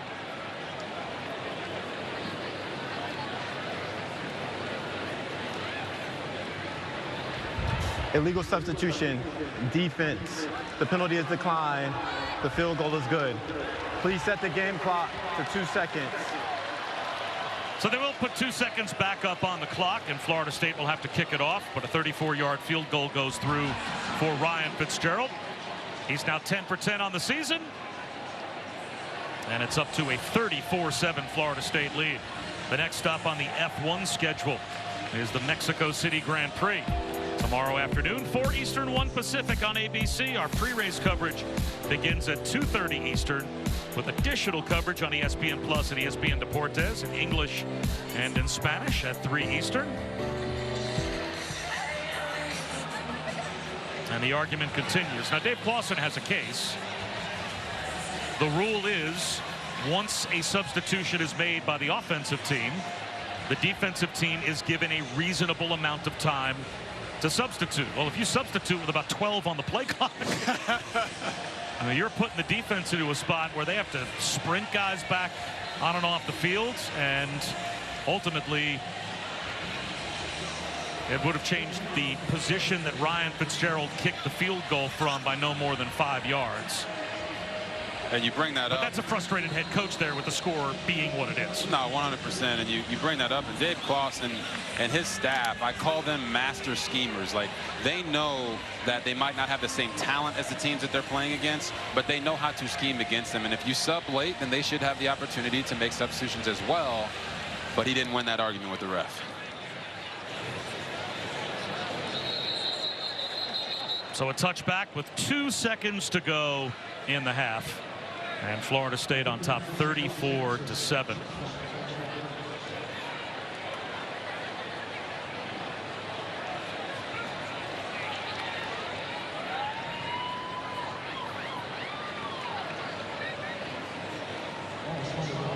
With 351 yards of total offense for Florida State in the first half, only 77 yards of offense for Wake Forest. Even with a limited offense at the disposal of Santino Marucci, will maybe be keeping our eyes out for him in the second half, because he did provide a late game spark last week against Pitt with that come from behind win. But the knee taken by Griffiths, and an historic first half for Jordan Travis, as Wake Forest will begin the third quarter with the football. You have to go all the way back to Christian Ponder against North Carolina in 2009, the last time a Florida State player had 300 yards of total offense in a half. And it's 34-7 at the break. The Noles on top. Coming up after the break, the Capital One halftime report with Kevin Nagandi and Booger McFarland after these messages and a word from our ABC stations. Performance in the first half here at Wake Forest. The Noles with a 34-7 lead, set for the start of the second half. Bob Wischusen here with RG3. Chris Budden is with us as well. It's been a magical season so far for Florida State. You feeling me? I feel you on that, Bob. How about that first half as well? They could do no wrong. Yeah, they could do no wrong, and they righted all their wrongs from the Duke game. They came out, they started fast. We said they needed to put this Wake Forest team away, and they did that certainly. Jordan Travis has been sensational all game, and I don't know why there aren't any pundits out there that are putting him in the top 10 of quarterbacks to be drafted this upcoming year. He makes the plays. He's a good football player, and I just have been really impressed with the way Florida State has gone about approaching this sleepy Winston-Salem game. They were awake early and often. A couple of touchdowns in the first half for Keon Coleman. An 80-yard screen and run as well for Trey Benson. And we'll see if there will be a quarterback change potentially in the second half for Wake Forest. But let's take a look at Three's Keys and how things have gone so far. Yeah, you know, we create these keys to give you something to look at. And when you look at this game, Jordan Travis, 306 total yards. I mean, what more can you ask for the guy responsible for 4 touchdowns? Then you got Keon Coleman. We talked about that new money. He has certainly made money today. 5 catches, 60 yards, and he's got the 2 touchdowns lined up against Kalen Carson, one of the best DBs in the country. And then it's Mitch Griffiths, 1 for 8. The key here was, Mitch, please, we need you to play well. He has not done that, but they're sticking with him here in the second half. Damon Claiborne maintains his balance and picks up a first down to begin the second half as we check in with Chris. Well, Bob, they may not keep with Griffiths throughout the rest of this second half. I asked Dave Clawson what they needed out of the offense, and he was brutally honest. He said, we just had to be able to focus on first downs. He said, we'll see how these first few possessions go, but we will probably see Santiago Marucci. And Marucci was warming up on the sideline to start the second half. A little hookup here, though, with Jamal Banks. And that is another first down for Wake Forest. Shaheem Brown made the stop on the second completion, and a flag down as well.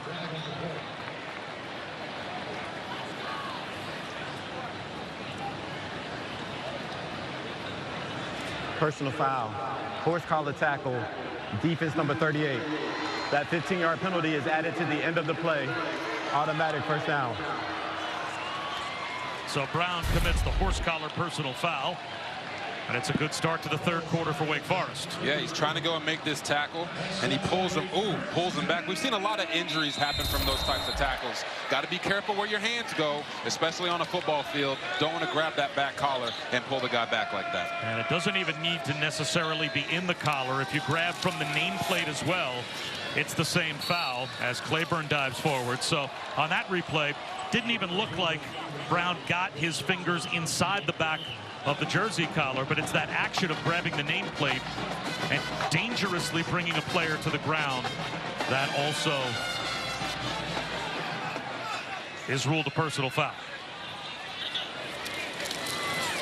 Slow mesh, a bullet to the outside, and the catch is made. Again, it's Banks, and he's right at the first down line to gain. It's been hard to score against this Florida State team in the second half. They have not allowed a second half point since their September 23rd win over Clemson, and they outscored Duke last week 21-0 in the second half. Griffiths on the move. Runs to the sideline and gets bumped out of bounds right about at the line of scrimmage by Tatum Bethune. Bob, you bring up the fact of just how great Florida State's defense has been in the second half. It's not just that. In the month of October, they're only giving up 8.66 points per game. So it's quite amazing what Adam Fuller, the defensive coordinator, has been able to pull off, playing so many guys on this defense. Claiborne again. Patrick Payton limped off the field after that last play, and he looks hobbled on the Florida State sideline as we check in with Chris. Some of that second half stud defense is part of their senior leadership, because after halftime in the locker room last week, Fabian Lovett went up to his defense and said, they are not scoring a single point on us in this second half, and the Blue Devils didn't. Inside the 10-yard line is Banks with a first down, a third down conversion. Now that's 3 different completions that we've seen to Jamal Banks. And the only question I have is, what took you so long, right? He's worked against a couple different DBs. He's running nice stop routes, kitty routes on the outside, and Griffiths is completing them to them. Why did it take them to be down 34-7 to start doing that? Claiborne gets to the 6-yard line before he's turned back.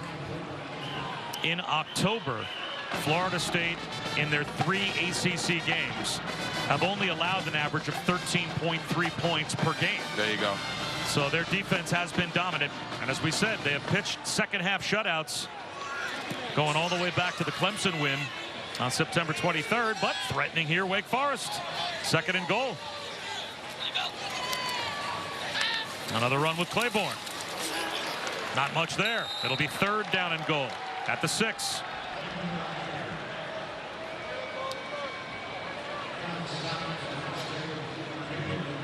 Kalen DeLoach made the tackle. So once again here, 3rd and goal. You know you got 2 downs. I wouldn't be surprised if I saw a run, but I'd like to see them once again attack this matchup down here to the bottom of the screen. Griffiths to throw, backpedaling, and on the move again. Squeezes one into Banks, but it's incomplete. Now it'll be 4th and goal at the 6. And here comes the field goal group. Uh-oh, Bob. You got anything to say about this field goal here? This is a sign that you're just playing out the second half. Because if you actually think you'd have any chance to mount a comeback, of course, you'd be going for it here. But they are going to just take some points to start off the 3rd quarter. It seems like a moral victory second half for Wake Forest with this decision. Well, I know that they've got to be at least pleased with the way that Mitch Griffiths has come out after halftime and was distributing the football. But I agree that they should have gone for it here. Matthew Dennis puts it through, and it's now 34-10. Florida State on top. The Florida State defense surrenders their first points in the month of October in the second half, with 3 on the board for Wake Forest.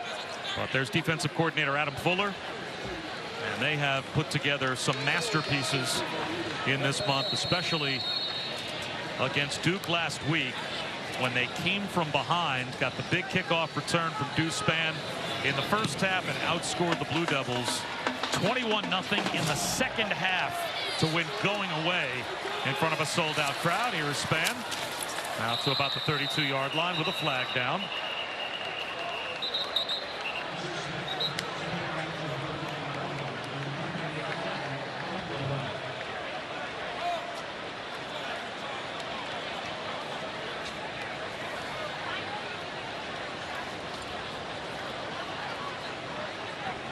During the return, holding, receiving team number 47, 10-yard penalty, 1st down, Florida State. And before the game, we had Adam Fuller wired for sound. Let's go, baby. Great focus. Great focus. Great focus. Let's go. Up front, win that line of scrimmage. Big man move stuff. Big man move stuff. It's been a long road, I promise you that. Yeah. It's fun to watch, though, man. Got playing great defense. I appreciate you saying that. That means a lot. You know, you grow up in this profession, it's so, you feel like you're so, not behind, but like, wow, there's such a big ocean out there. And all of a sudden, like last week we play against Elko. Now we play against Dave and you. Lambert's here. He came after me at Marshall. It is good to see really good people be super consistent. In 2005, Mike Elko, who's at Duke now, and Dave and Wayne were all just working, trying to stop the triple option in Wofford game. Sack them as a group. Sack them as a group. Good, brother. Dial in. Let's go get it. Let's go get it. Go attack it, man. Go attack it. Be your best today. Be your best today. Opportunity. Go take advantage. I know you will. RG3, you know that. It's amazing how many times these coaching staffs have crossed over in their career paths as well. Yeah, it is. And it's a brotherhood between those coaches. And we'll talk about just how Coach Fuller makes a Fuller impact right after this play.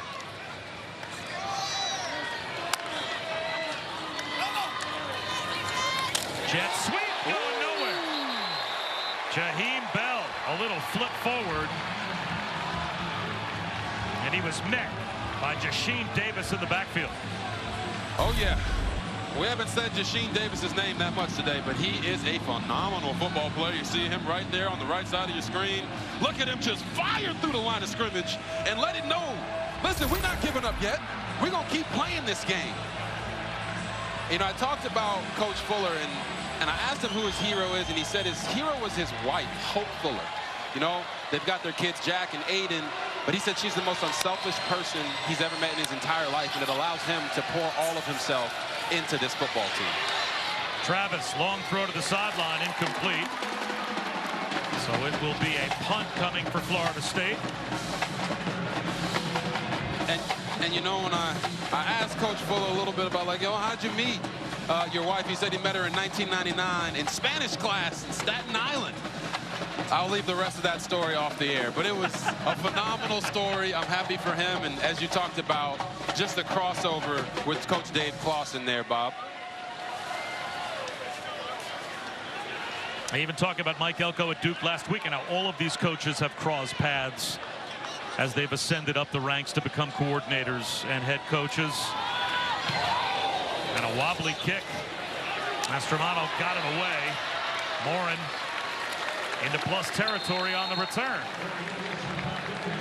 Looks like another flag is thrown as well.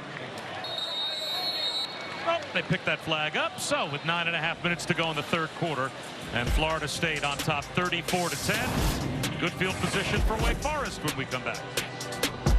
First quarter as well today. The first black scholarship female athletes at Wake Forest played on the women's basketball team back during the 1980s. It is the Robert Grant and Kenneth Butch Henry Trailblazer Award, created by Wake Forest in 2021. Those two, the first black football players at Wake Forest University, so it recognizes their significance and the role that Wake Forest has played in integrating Division I sports in the South, as Justice Ellison has nowhere to go at the line of scrimmage, and a very late flag comes out. Yeah, before he gets that flag, just want to say we appreciate you, sisters. Groundbreaking, paving the way for all of us to be able to enjoy sports the way that we do today. After the play, personal foul, unnecessary roughness, defense number 10, 15-yard penalty, automatic first down.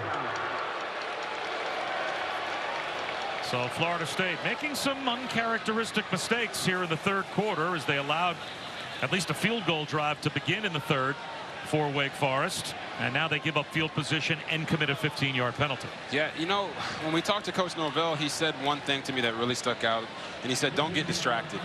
Right, coming into this game, they had 3 home games, sellout crowds. Now they're going on the road. They got to bring their own energy to this atmosphere. Well, here in the second half, you don't want to fall asleep and let a team like Wake kind of creep back into it. I know they're down big, but still come out and execute at a high level. Justice Ellison, again, not much there. And Chris Button, Tatum Bethune also has a trailblazer and a groundbreaker in his family tree. Yes, his great-great-aunt, Mary McLeod Bethune, started a college for young black girls. Her first students, 5 little girls and her 5-year-old son, Albert Jr. In less than 2 years, that school grew to 250 students. It would later join with the Cookman Institute and become Bethune-Cookman College, which we know it as now. She went on to become a presidential advisor and one of the earliest black female activists that have helped lay the foundation for the modern civil rights movement.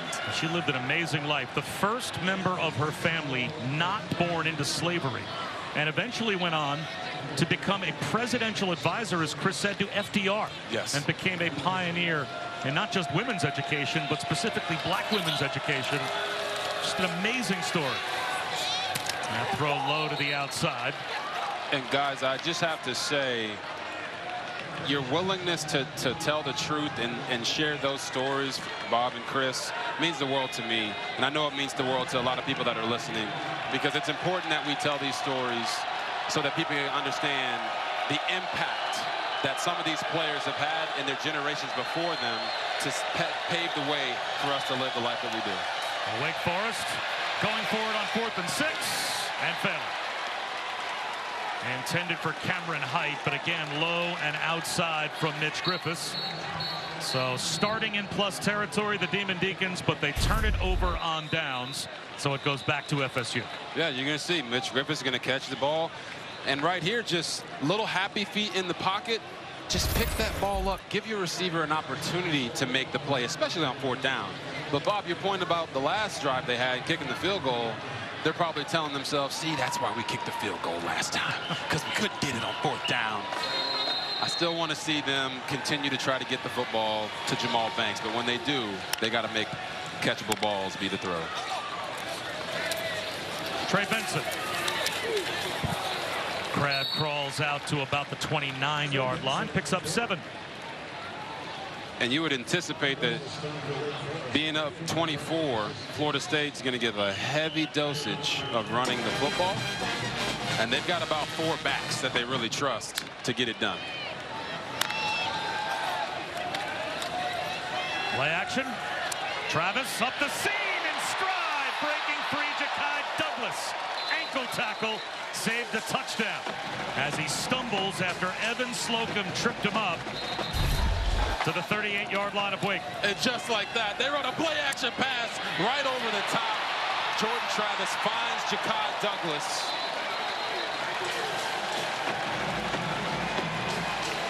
And Jasheem Davis called for roughing the passer on that push of Jordan Travis that adds 15 more on the end of the play. So 48 yards in all. Yeah, he was probably upset because he was expecting a run too. Wasn't expecting them to go back and keep going for the jugular with the play action pass over the top. Good to see Ja'Kai Douglas out in the open field. I know they've had high hopes for him. To get him back out there fully healthy and making plays is a good sign.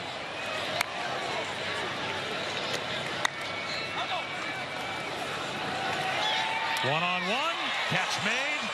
Keon Coleman to the 20-yard line with Kalen Carson hanging on for dear life around his ankle, limiting him to a 3-yard gain. And like when we showed the stats before, it's not like Keon Coleman is like 10 catches for 250 yards. Kalen Carson has done a nice job limiting his yardage. It's been those big plays of a touchdown here or there. So you say he's holding on for dear life because he certainly was. He's trying to make sure that he continues to attack this matchup for the rest of the game. Quick toss to Benson. Out of bounds at the 17. Quincy Bryant bumped him out. They'll actually mark him out at the 18-yard line, so 5 yards shy of a first down. Jordan Travis piles up incredible offensive numbers. First FSU player with 300 yards of total offense and 4 touchdowns responsible for in a half in the last 20 seasons. He now has 15 consecutive games with multiple touchdowns accounted for. It's a new FSU record as well. And a swing pass here caught by Benson.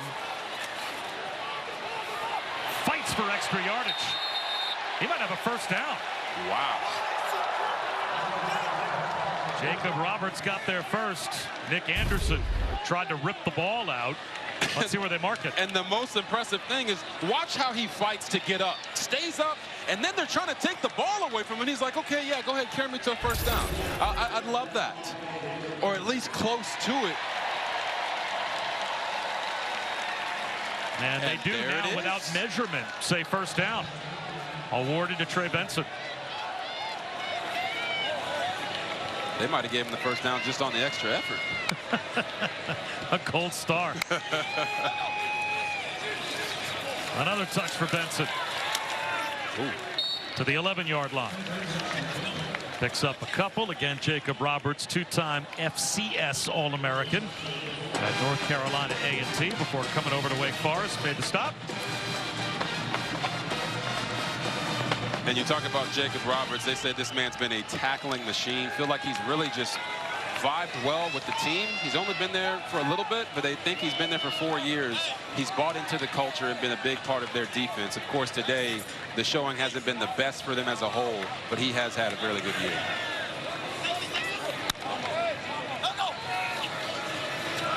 Travis has a one-on-one. Incomplete. Darion Williamson on the dive, couldn't haul it in. Sean Jones was there. Right here, you're going to see the one-on-one. He attacks it and then widens. Great route. Good throw.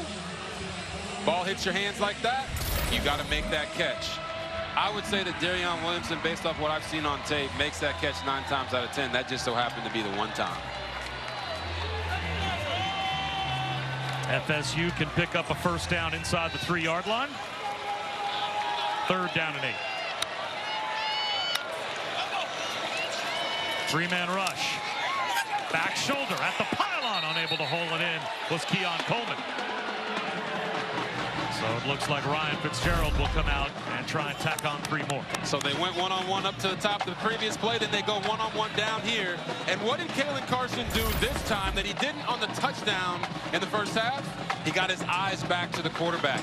That's why anyone at home that's saying, oh, it's pass interference, he was holding him. The ref sees the eyes go back, and a lot of times they tuck that flag deep, deep, deep into their pocket. Nice coverage there by Kalen Carson. 29 yards for Fitzgerald. Already 2 for 2 today and 10 for 10 on the season. Hits the upright. And there's his first miss. Wow, Bob. At some point, there had to be an announcer jinx somewhere. You jinxed him. You jinxed and him. I became the unlucky guy. Sorry, Ron. His first miss of any kick this year. You did it earlier in the game and he made it, but this time, the doink got him. All right, Kevin, thanks very much. Tate Carney starts this drive with a dive ahead. And as much as I love working with RG3, the fact that right now BC is beating UConn and I'm not standing next to Dan Orlovsky, there is some serious pain there. But next up, we've got BYU in Austin to take on Texas, Duke, Louisville this afternoon as well. And then, of course, Coach Prime with a flag down later on tonight at the Rose Bowl. Flags everywhere on that run on 2nd down and 4.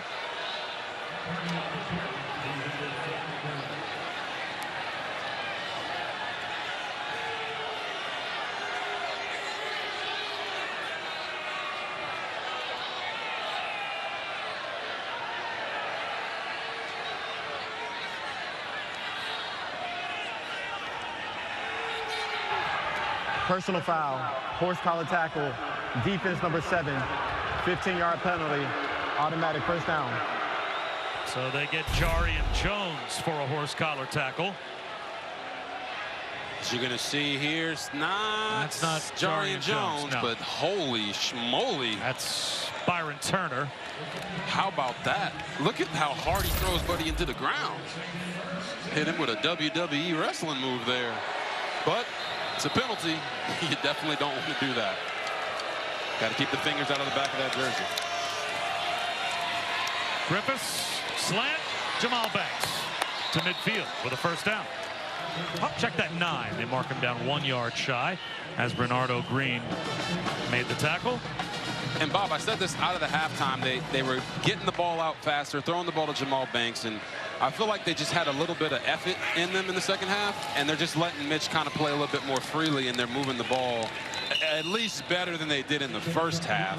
Maybe they should take that similar approach at the beginning of the game. Yeah, which is odd if that is any kind of philosophical change, because basically what Dave Clawson told us yesterday was, we know we have no chance to win this game unless you almost take that approach from the start, right? Yeah. I mean, he said, we score 17, 21 points in this game. That's not enough to beat Florida State. Slow mesh. Griffiths pulls it down, and Florida State pulls him down. After a gain of a couple, there is another tackle made by Byron Turner. And this is what I was talking about earlier in the game. When you run that slow mesh, it closes the distance between the quarterback and the offensive line. Watch, Griffiths is going to walk down. He's getting closer and closer and closer. But now Griffiths has to kick back. He has to set back to be able to give himself space to wait on those throws. Well, this time he's able. to put one over the middle. And how about the hurdle job done by Tate Carney to pick up a couple extra yards, a gain of 20. Yeah, nice job by Griffiths, just giving it to the open guy, and then whoa, there she goes, up and over the top by Tate Carney. Sometimes those hurdles can go wrong. Luckily for him, he was able to come down and be okay as we got a guy down on the field. They jumped over the top of Akeem Dent, and Renardo Green is the player shaken up for Florida State. So you see him jump over Akeem Dent. Oh, and then Renardo Green is just right there. Gets a little shoulder shimmy from his teammate.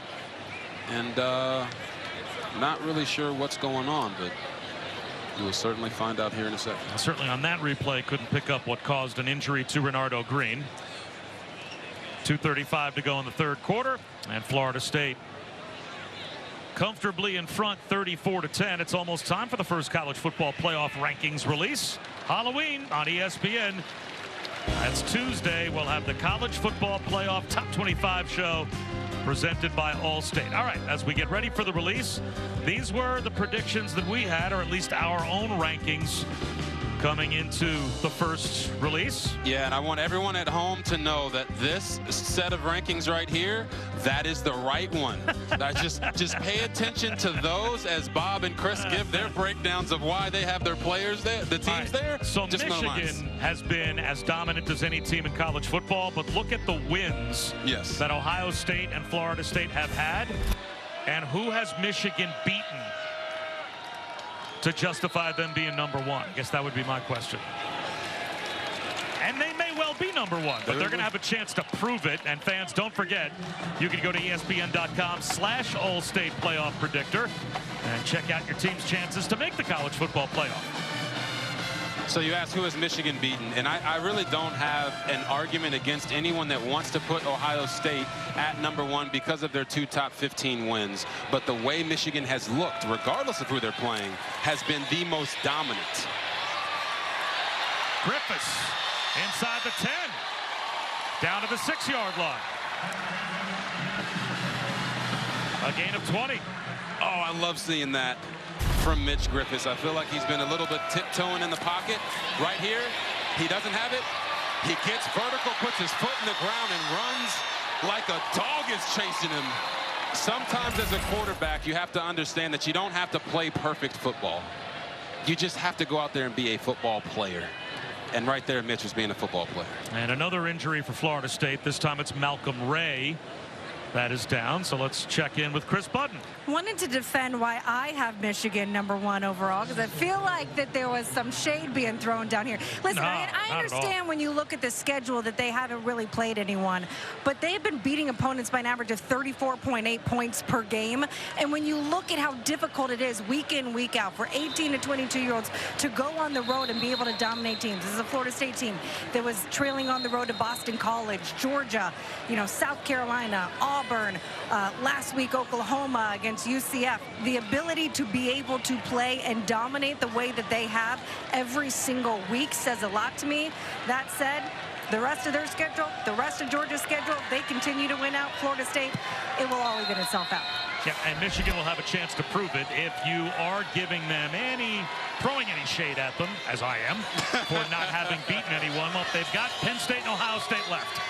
So as Chris said, it will shake itself out as Tate Carney, after the injury timeout, gets to the 2-yard line. Hey, Bob, I'm not going to lie to you, man. Chris was preaching down there.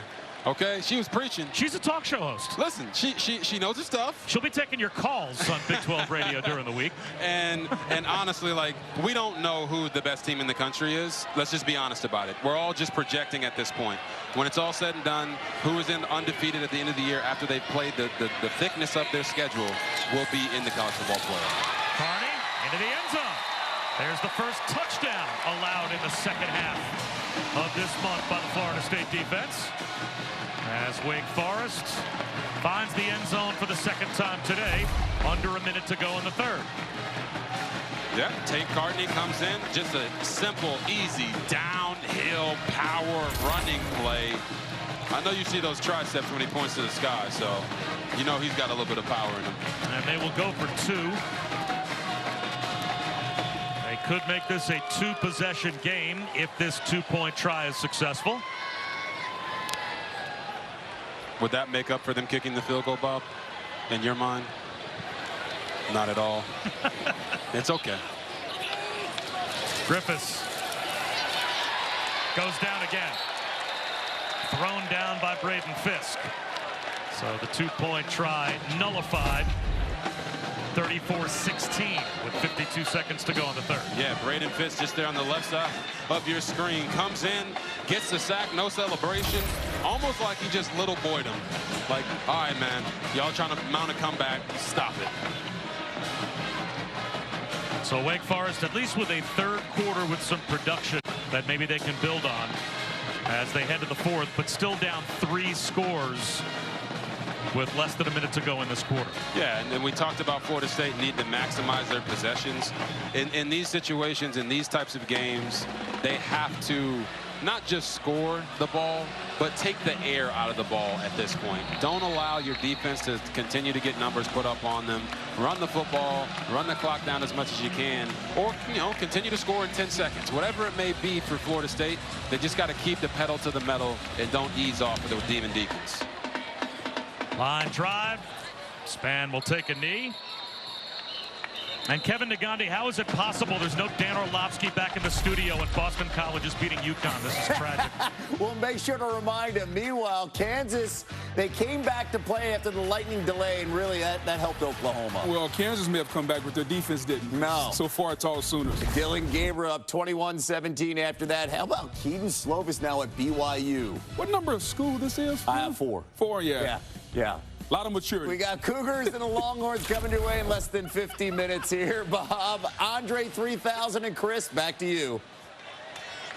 Hey, I like it. Okay, that was a good one. That's a good one. First and 10, Florida State at their own 25-yard line, still with a 3-score lead. Trey Benson. It stood up, but boy, the first guy never seems to bring him down. No, and like I said, he's such a big back, 6'1", 223, and you don't really see guys like that be able to really take it to the house. I mean, this it's not a comparison, but I remember a guy like Adrian Peterson, who was a power back who could also just hit the home run, big runs all the time. Trey Benson is doing that, and I think for him, the 100 yards receiving in the passing game is such an added element to this offense.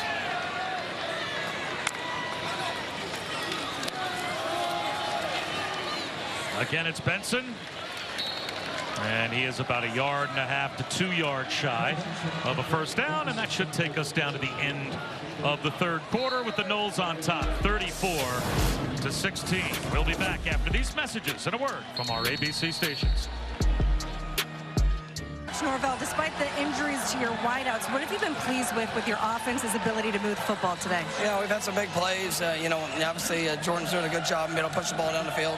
Receivers making plays with opportunities. But obviously we've had, you know, the third quarter wasn't what we wanted. You know, too many penalties.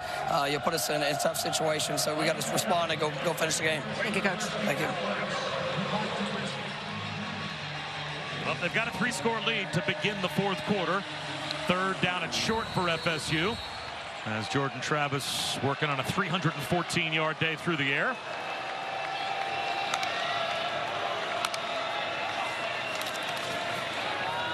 A little swing pass here, and the pick play works. Jaheim Bell with a first down catch.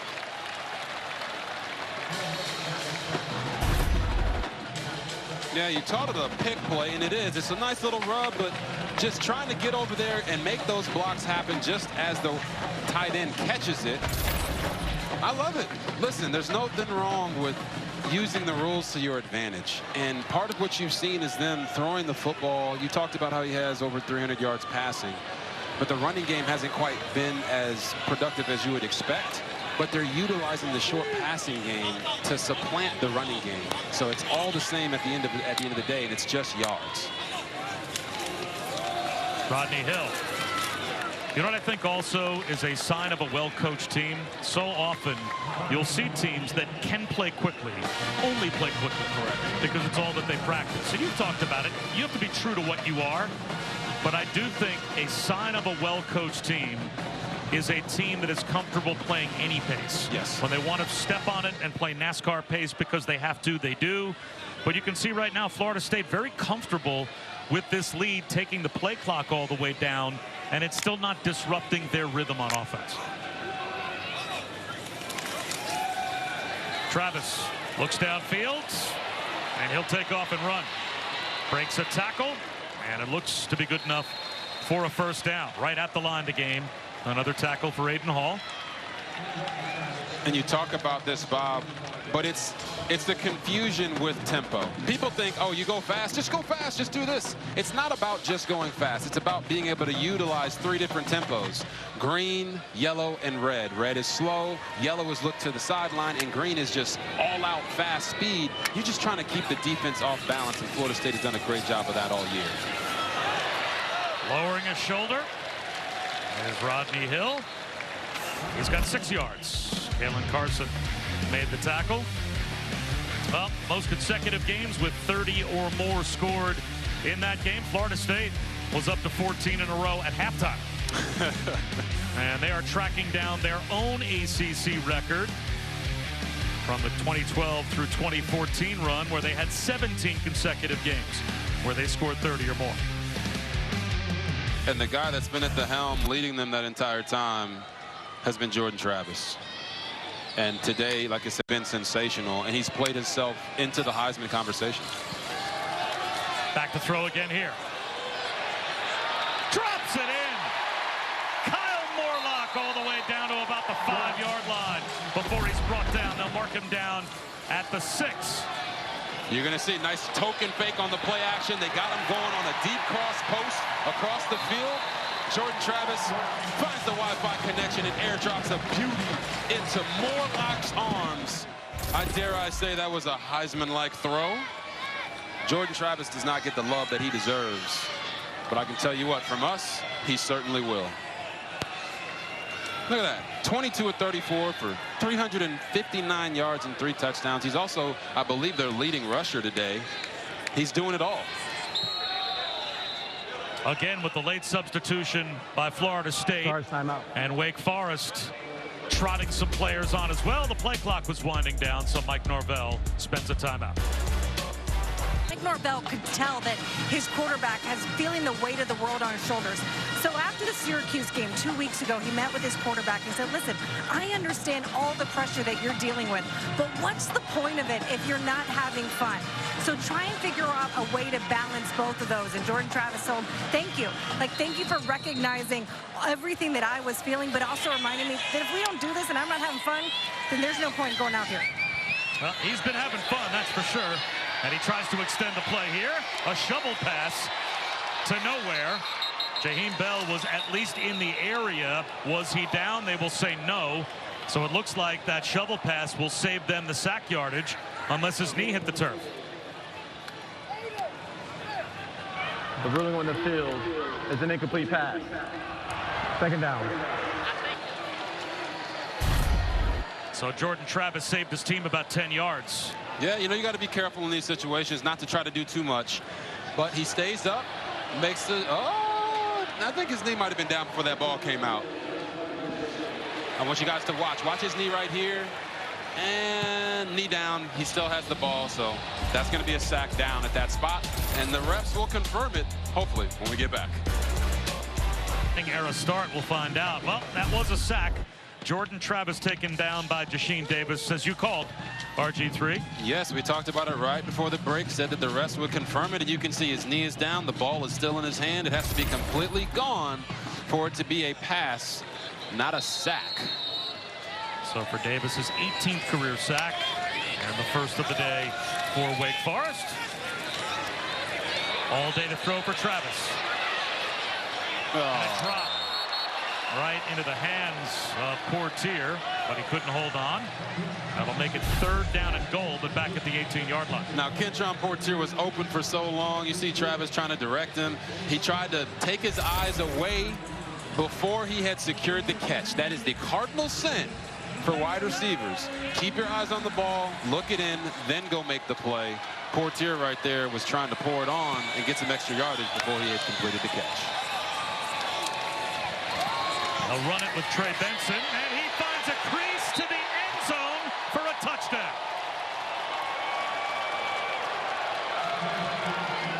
That was most likely a play call just to set up the field goal. And the seas parted, and Trey Benson scores from 18 yards out. His second rushing touchdown of the day. Bob, seas parted is probably the best way to describe that run, because the offensive line didn't allow Trey Benson to get touched to almost the 4-yard line. And when you give a guy that size, that amount of real estate to continue to go downhill, it's going to be a problem. Watch.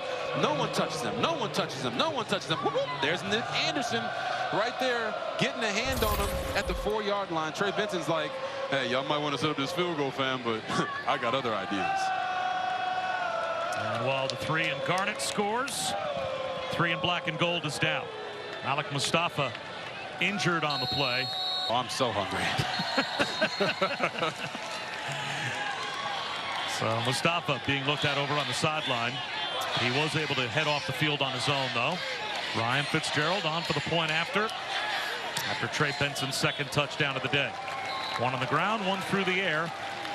And he's got 8 total on the season. Tuesday, we'll have the exclusive reveal of the first college football playoff top 25 rankings of the season. 3 of the guys will break them down from top to bottom with coach reactions, as well as a live interview with committee chairman Boo Corrigan of NC State. 7 Eastern, 4 Pacific on ESPN in the app. That's Tuesday night. And let's take a look at this week's college football playoff rankings, brought to you by Verbo. And again, a lot of teams in the top 10, not only playing today, but playing on the road. Of course, Georgia and Florida at 3:30. That game in Jacksonville. There'll be a lot of Georgia fans there as well. But there are a lot of Florida State fans here at Wake Forest. They had the benefit of some of that help. Oklahoma struggling with Kansas. Penn State and Indiana tied at 24 as well. So a lot of college football left to play today, and strange things can happen at this time of year. Yeah, I was going to say, do you consider that Georgia game to truly be on the road because it's in Jacksonville? It's not a pure road game. It's just not at Athens. Yeah. Out to the 23-yard line on the return. Coming up next at 3:30 Eastern on ABC. Our triple header rolls on. Texas will host BYU. And then we will cap the day later on tonight at the Rose Bowl in Pasadena. Colorado and Coach Prime will take on number 23 UCLA, our Saturday night football game at 7:30 Eastern, 4:30 Pacific. Steve Sarkisian coming up next against his former team. Of course, played quarterback at BYU in the mid-90s when Robert Griffin III was in diapers. I was out of college. And now, of course, on the sidelines at Texas. I will say this, Bob. If I was in diapers in 1995, we got a problem. Because I was 5 years old. But Sark, you're looking good right there, you know? I know for me, like when I had those pictures of throwing the football, the tongue was out like Michael Jordan. But Sark's done a really nice job there at Texas. They have a roster that is college football playoff worthy. They just have to win out the rest of the season and have some things go their way to potentially make it, and it starts with beating BYU.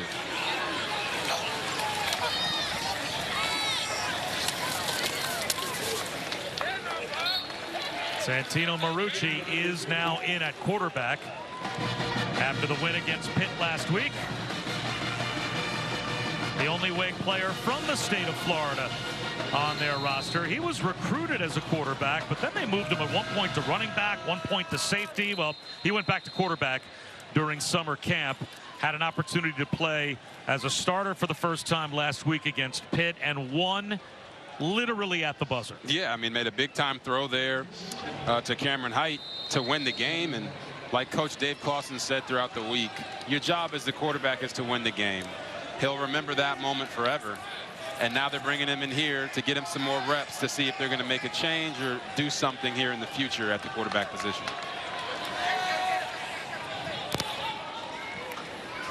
A handoff to Tate Carney. And Carney, a little bit of extra yardage, dives out to the 31, Chris. Well, earlier this season, Marucci was going and having lunch with DeMont Claiborne, and he said, listen, I'm frustrated. Things haven't worked out the way that I thought that they would when I came to Wake Forest. And Claiborne said, just pay your dues. Just wait. It'll happen. It'll happen. And so they went up to him after the game-winning touchdown yesterday. They went into the locker room, gave him a huge hug, and he said, I told you if you just bide your time and you wait and you're patient, you believed in yourself, you would have your moment. And look at what it feels like to finally do it and see it come to fruition. Yeah, seeing the scene in that Wake Forest locker room as they pick up a first down here at the end of that game last week. And now Santino Marucci was rallied around. That's one of those college football moments that those guys will take with them forever. Yeah, they will, and there's nothing better than a winning locker room. And when we talked with Dave Clawson and we talked with Warren Ruggiero, he told us great quarterback play here at Wake Forest really hid a lot of the shortcomings of the rest of their roster. So from what they saw from Mitch Griffiths through the spring and fall camp, they thought, all right, we're going to be good because Mitch knows the system and he's doing a good job. It just hasn't come to fruition at the quarterback spot. You got to know that that is something that when you have a quarterback like Sam Hartman, who transfers out to Notre Dame, who threw for almost 13,000 yards here, there's going to be a couple steps back at the QB spot. I just don't think they anticipated it being this far down. Yeah, Dave Clawson and Warren Ruggiero did not forget how to coach from last season to this season. Not this at all. Wake Forest offense is the only ACC offense 6 years in a row to average 30 or more points per game. Last year they led the ACC. 2 years ago they averaged 41 points per game. Yeah. But when you lose Sam Hartman, those are tough shoes to fill. They didn't have another one like a Wolford or a Hartman in the pipeline. They'll get one, but they need to go find a quarterback. And I think what they also talked to us about was that for Mitch Griffiths or Santino Marucci, it doesn't mean that they're not the guy, right? Sam had some struggles here, and he had to overcome those, and maybe that's the same thing that'll happen for Mitch Griffiths, or Santino can go out here and take this quarterback job over. And again, the targets downfield locked up by Florida State, allowing a Byron Turner sack. So that will bring the punt group out for Wake Forest. Since the start of 2021, Wake Forest coming into today had thrown 92 touchdown passes. That's 5th best in America, but you lose Hartman, hard to replace, and also they lost Donovan Green. Remember that. That's their best wide receiver that went down because of a knee injury on the first day of camp. He was second on the team last year in yards and had 6 touchdowns. Yeah, and they also lost A.T. Perry to the NFL. Like they had a lot of things that have not gone their way, and a lot of players that have moved on to other places, and they're feeling the ramifications of that. Midway through the 4th quarter, Florida State with a 41-16 lead. So when the game is lopsided, you keep yourself occupied. That looks like a blast. Maybe we should go do that, Bob. Yeah, it's another sack. Kevin, Florida State up by much more than that, and that allows them to put Tate Rodemaker in the game to give him a chance to play at quarterback. So both coaches going to their backup QBs with the score lopsided midway through the 4th. And Rodemaker will hand one to Keziah Holmes. Aiden Hall with another tackle. No gain on first down. Yeah, I anticipate that Tate Rodemaker will be doing a lot of handing off, but last time I said that, Florida State threw a play action pass for a massive gain. So he had 7 appearances last season. This year, he's been highly efficient. I mean, I think anybody would take 5 for 6 for 133 yards and 3 touchdowns any day of the week. Good opportunity for him to get a nice 6 minutes of action here at the end of the game.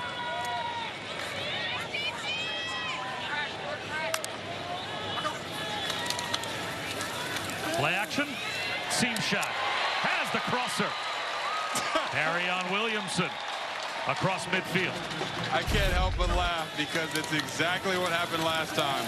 Nice little play action pass, got the play action slant right behind it. Harry-on Williamson makes sure he holds on to that catch and was looking to split it and take it to the house. This Florida State team is continuing to be aggressive with their play calls no matter who's playing quarterback.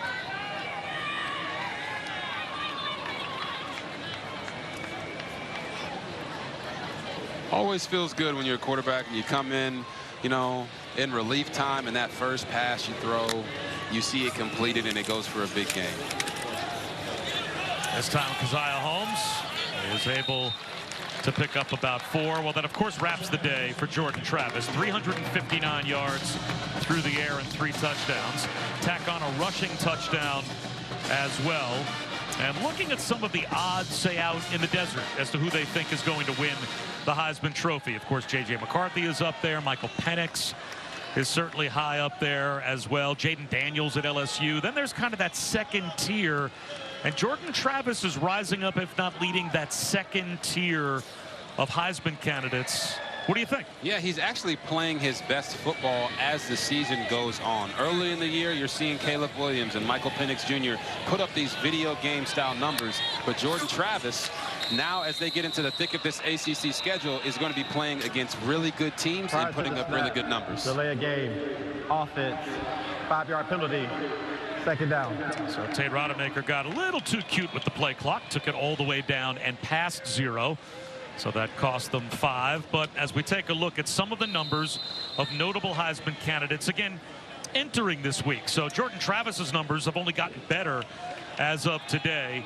McCarthy, obviously, all of the lopsided wins they've had. And there's no one in America that throws a prettier football than Michael Penix Jr. Yeah. Up the middle goes Hill. And he stood up after a gain of 3 yards.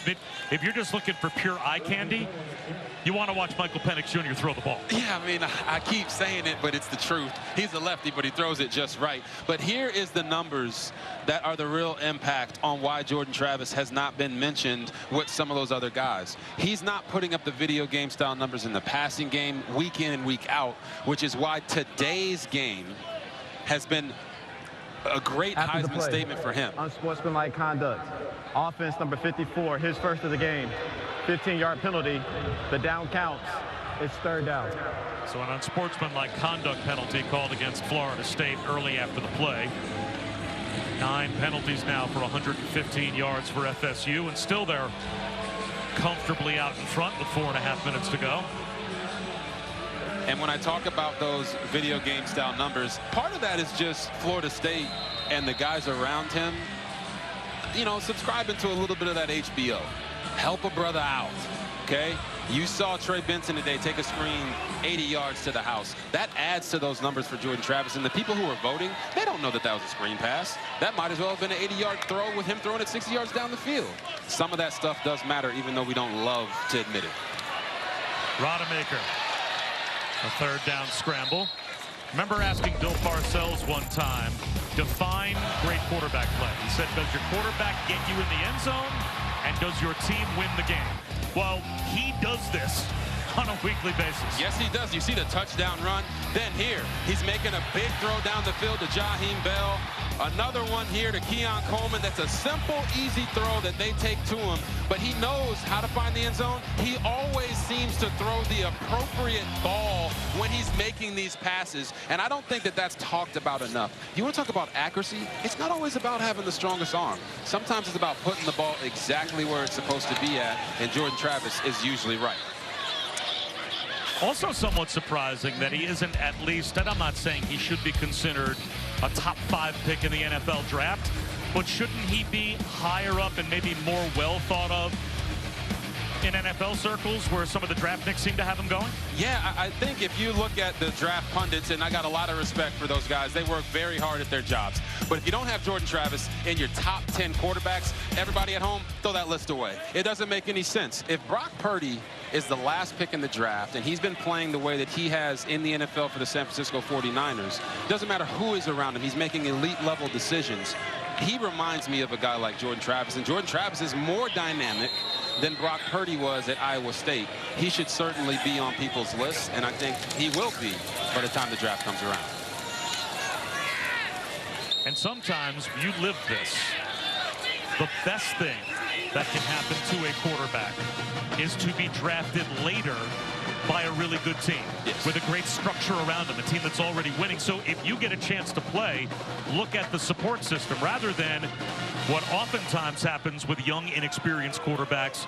You just get handed keys to the car of a bad team, and you're asked to be the savior at 21 years old. I mean, that could be really hard. Yeah, it can. And to your point, look at what was going on at Florida State a few years ago when it didn't start out great for Jordan Travis and the team around him wasn't as good as they are today. Now you allow him to go through some of those growing pains. You trust him. You stick with him. The team around him is better. He's playing better because he knows it all. That could be a scenario for him going into the NFL that could, you know, play to his benefit. David Egby up the middle for a couple of yards. So it'll be 3rd down for Wake Forest at their own 13-yard line. Well, you were handed the keys to a difficult car to drive, and you went out and became the Rookie of the Year. So it can be done, but how often do we take quarterbacks that didn't even play 2 full seasons of college football and ask them to go save an NFL franchise when they're not even 23, 24 years old yet? Yeah, it happens all the time, and I try to tell people this. Every guy's NFL journey is a little bit different, but one thing is a fact. There aren't very many coaches or front offices in the NFL that know how to grow and develop and support their quarterback. You want to go to teams that do know how to do that. One who's been really shining over the past, you know, still feels like a decade has been Patrick Mahomes with Andy Reid and the Kansas City Chiefs. But for guys like Jordan Travis, it could be beneficial to go to a really good team and sit and wait for your opportunity, as opposed to going to a team that is drafting high in the draft because they're that bad of a football squad.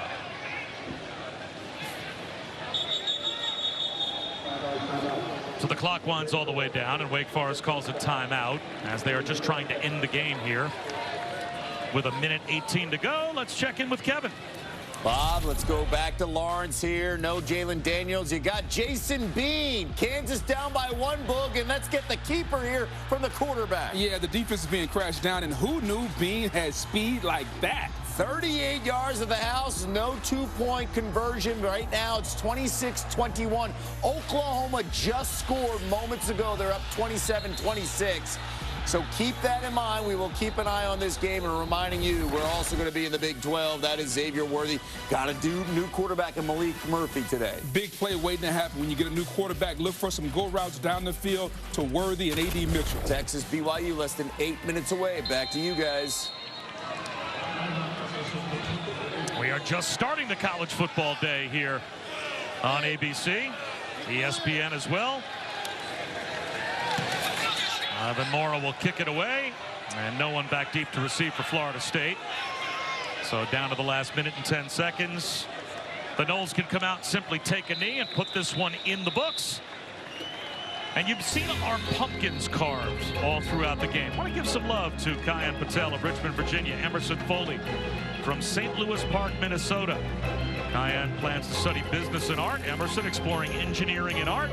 And they are our pumpkin carvers. The art department at Wake celebrates these interdisciplinary connections, and we empower students through creativity and community. From all of us at ESPN, thank you to Kyan and Emerson.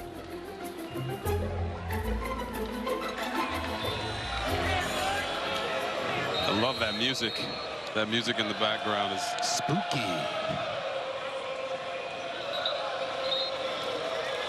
Rodemaker gets the clock started, and for Florida State, they will stay perfect.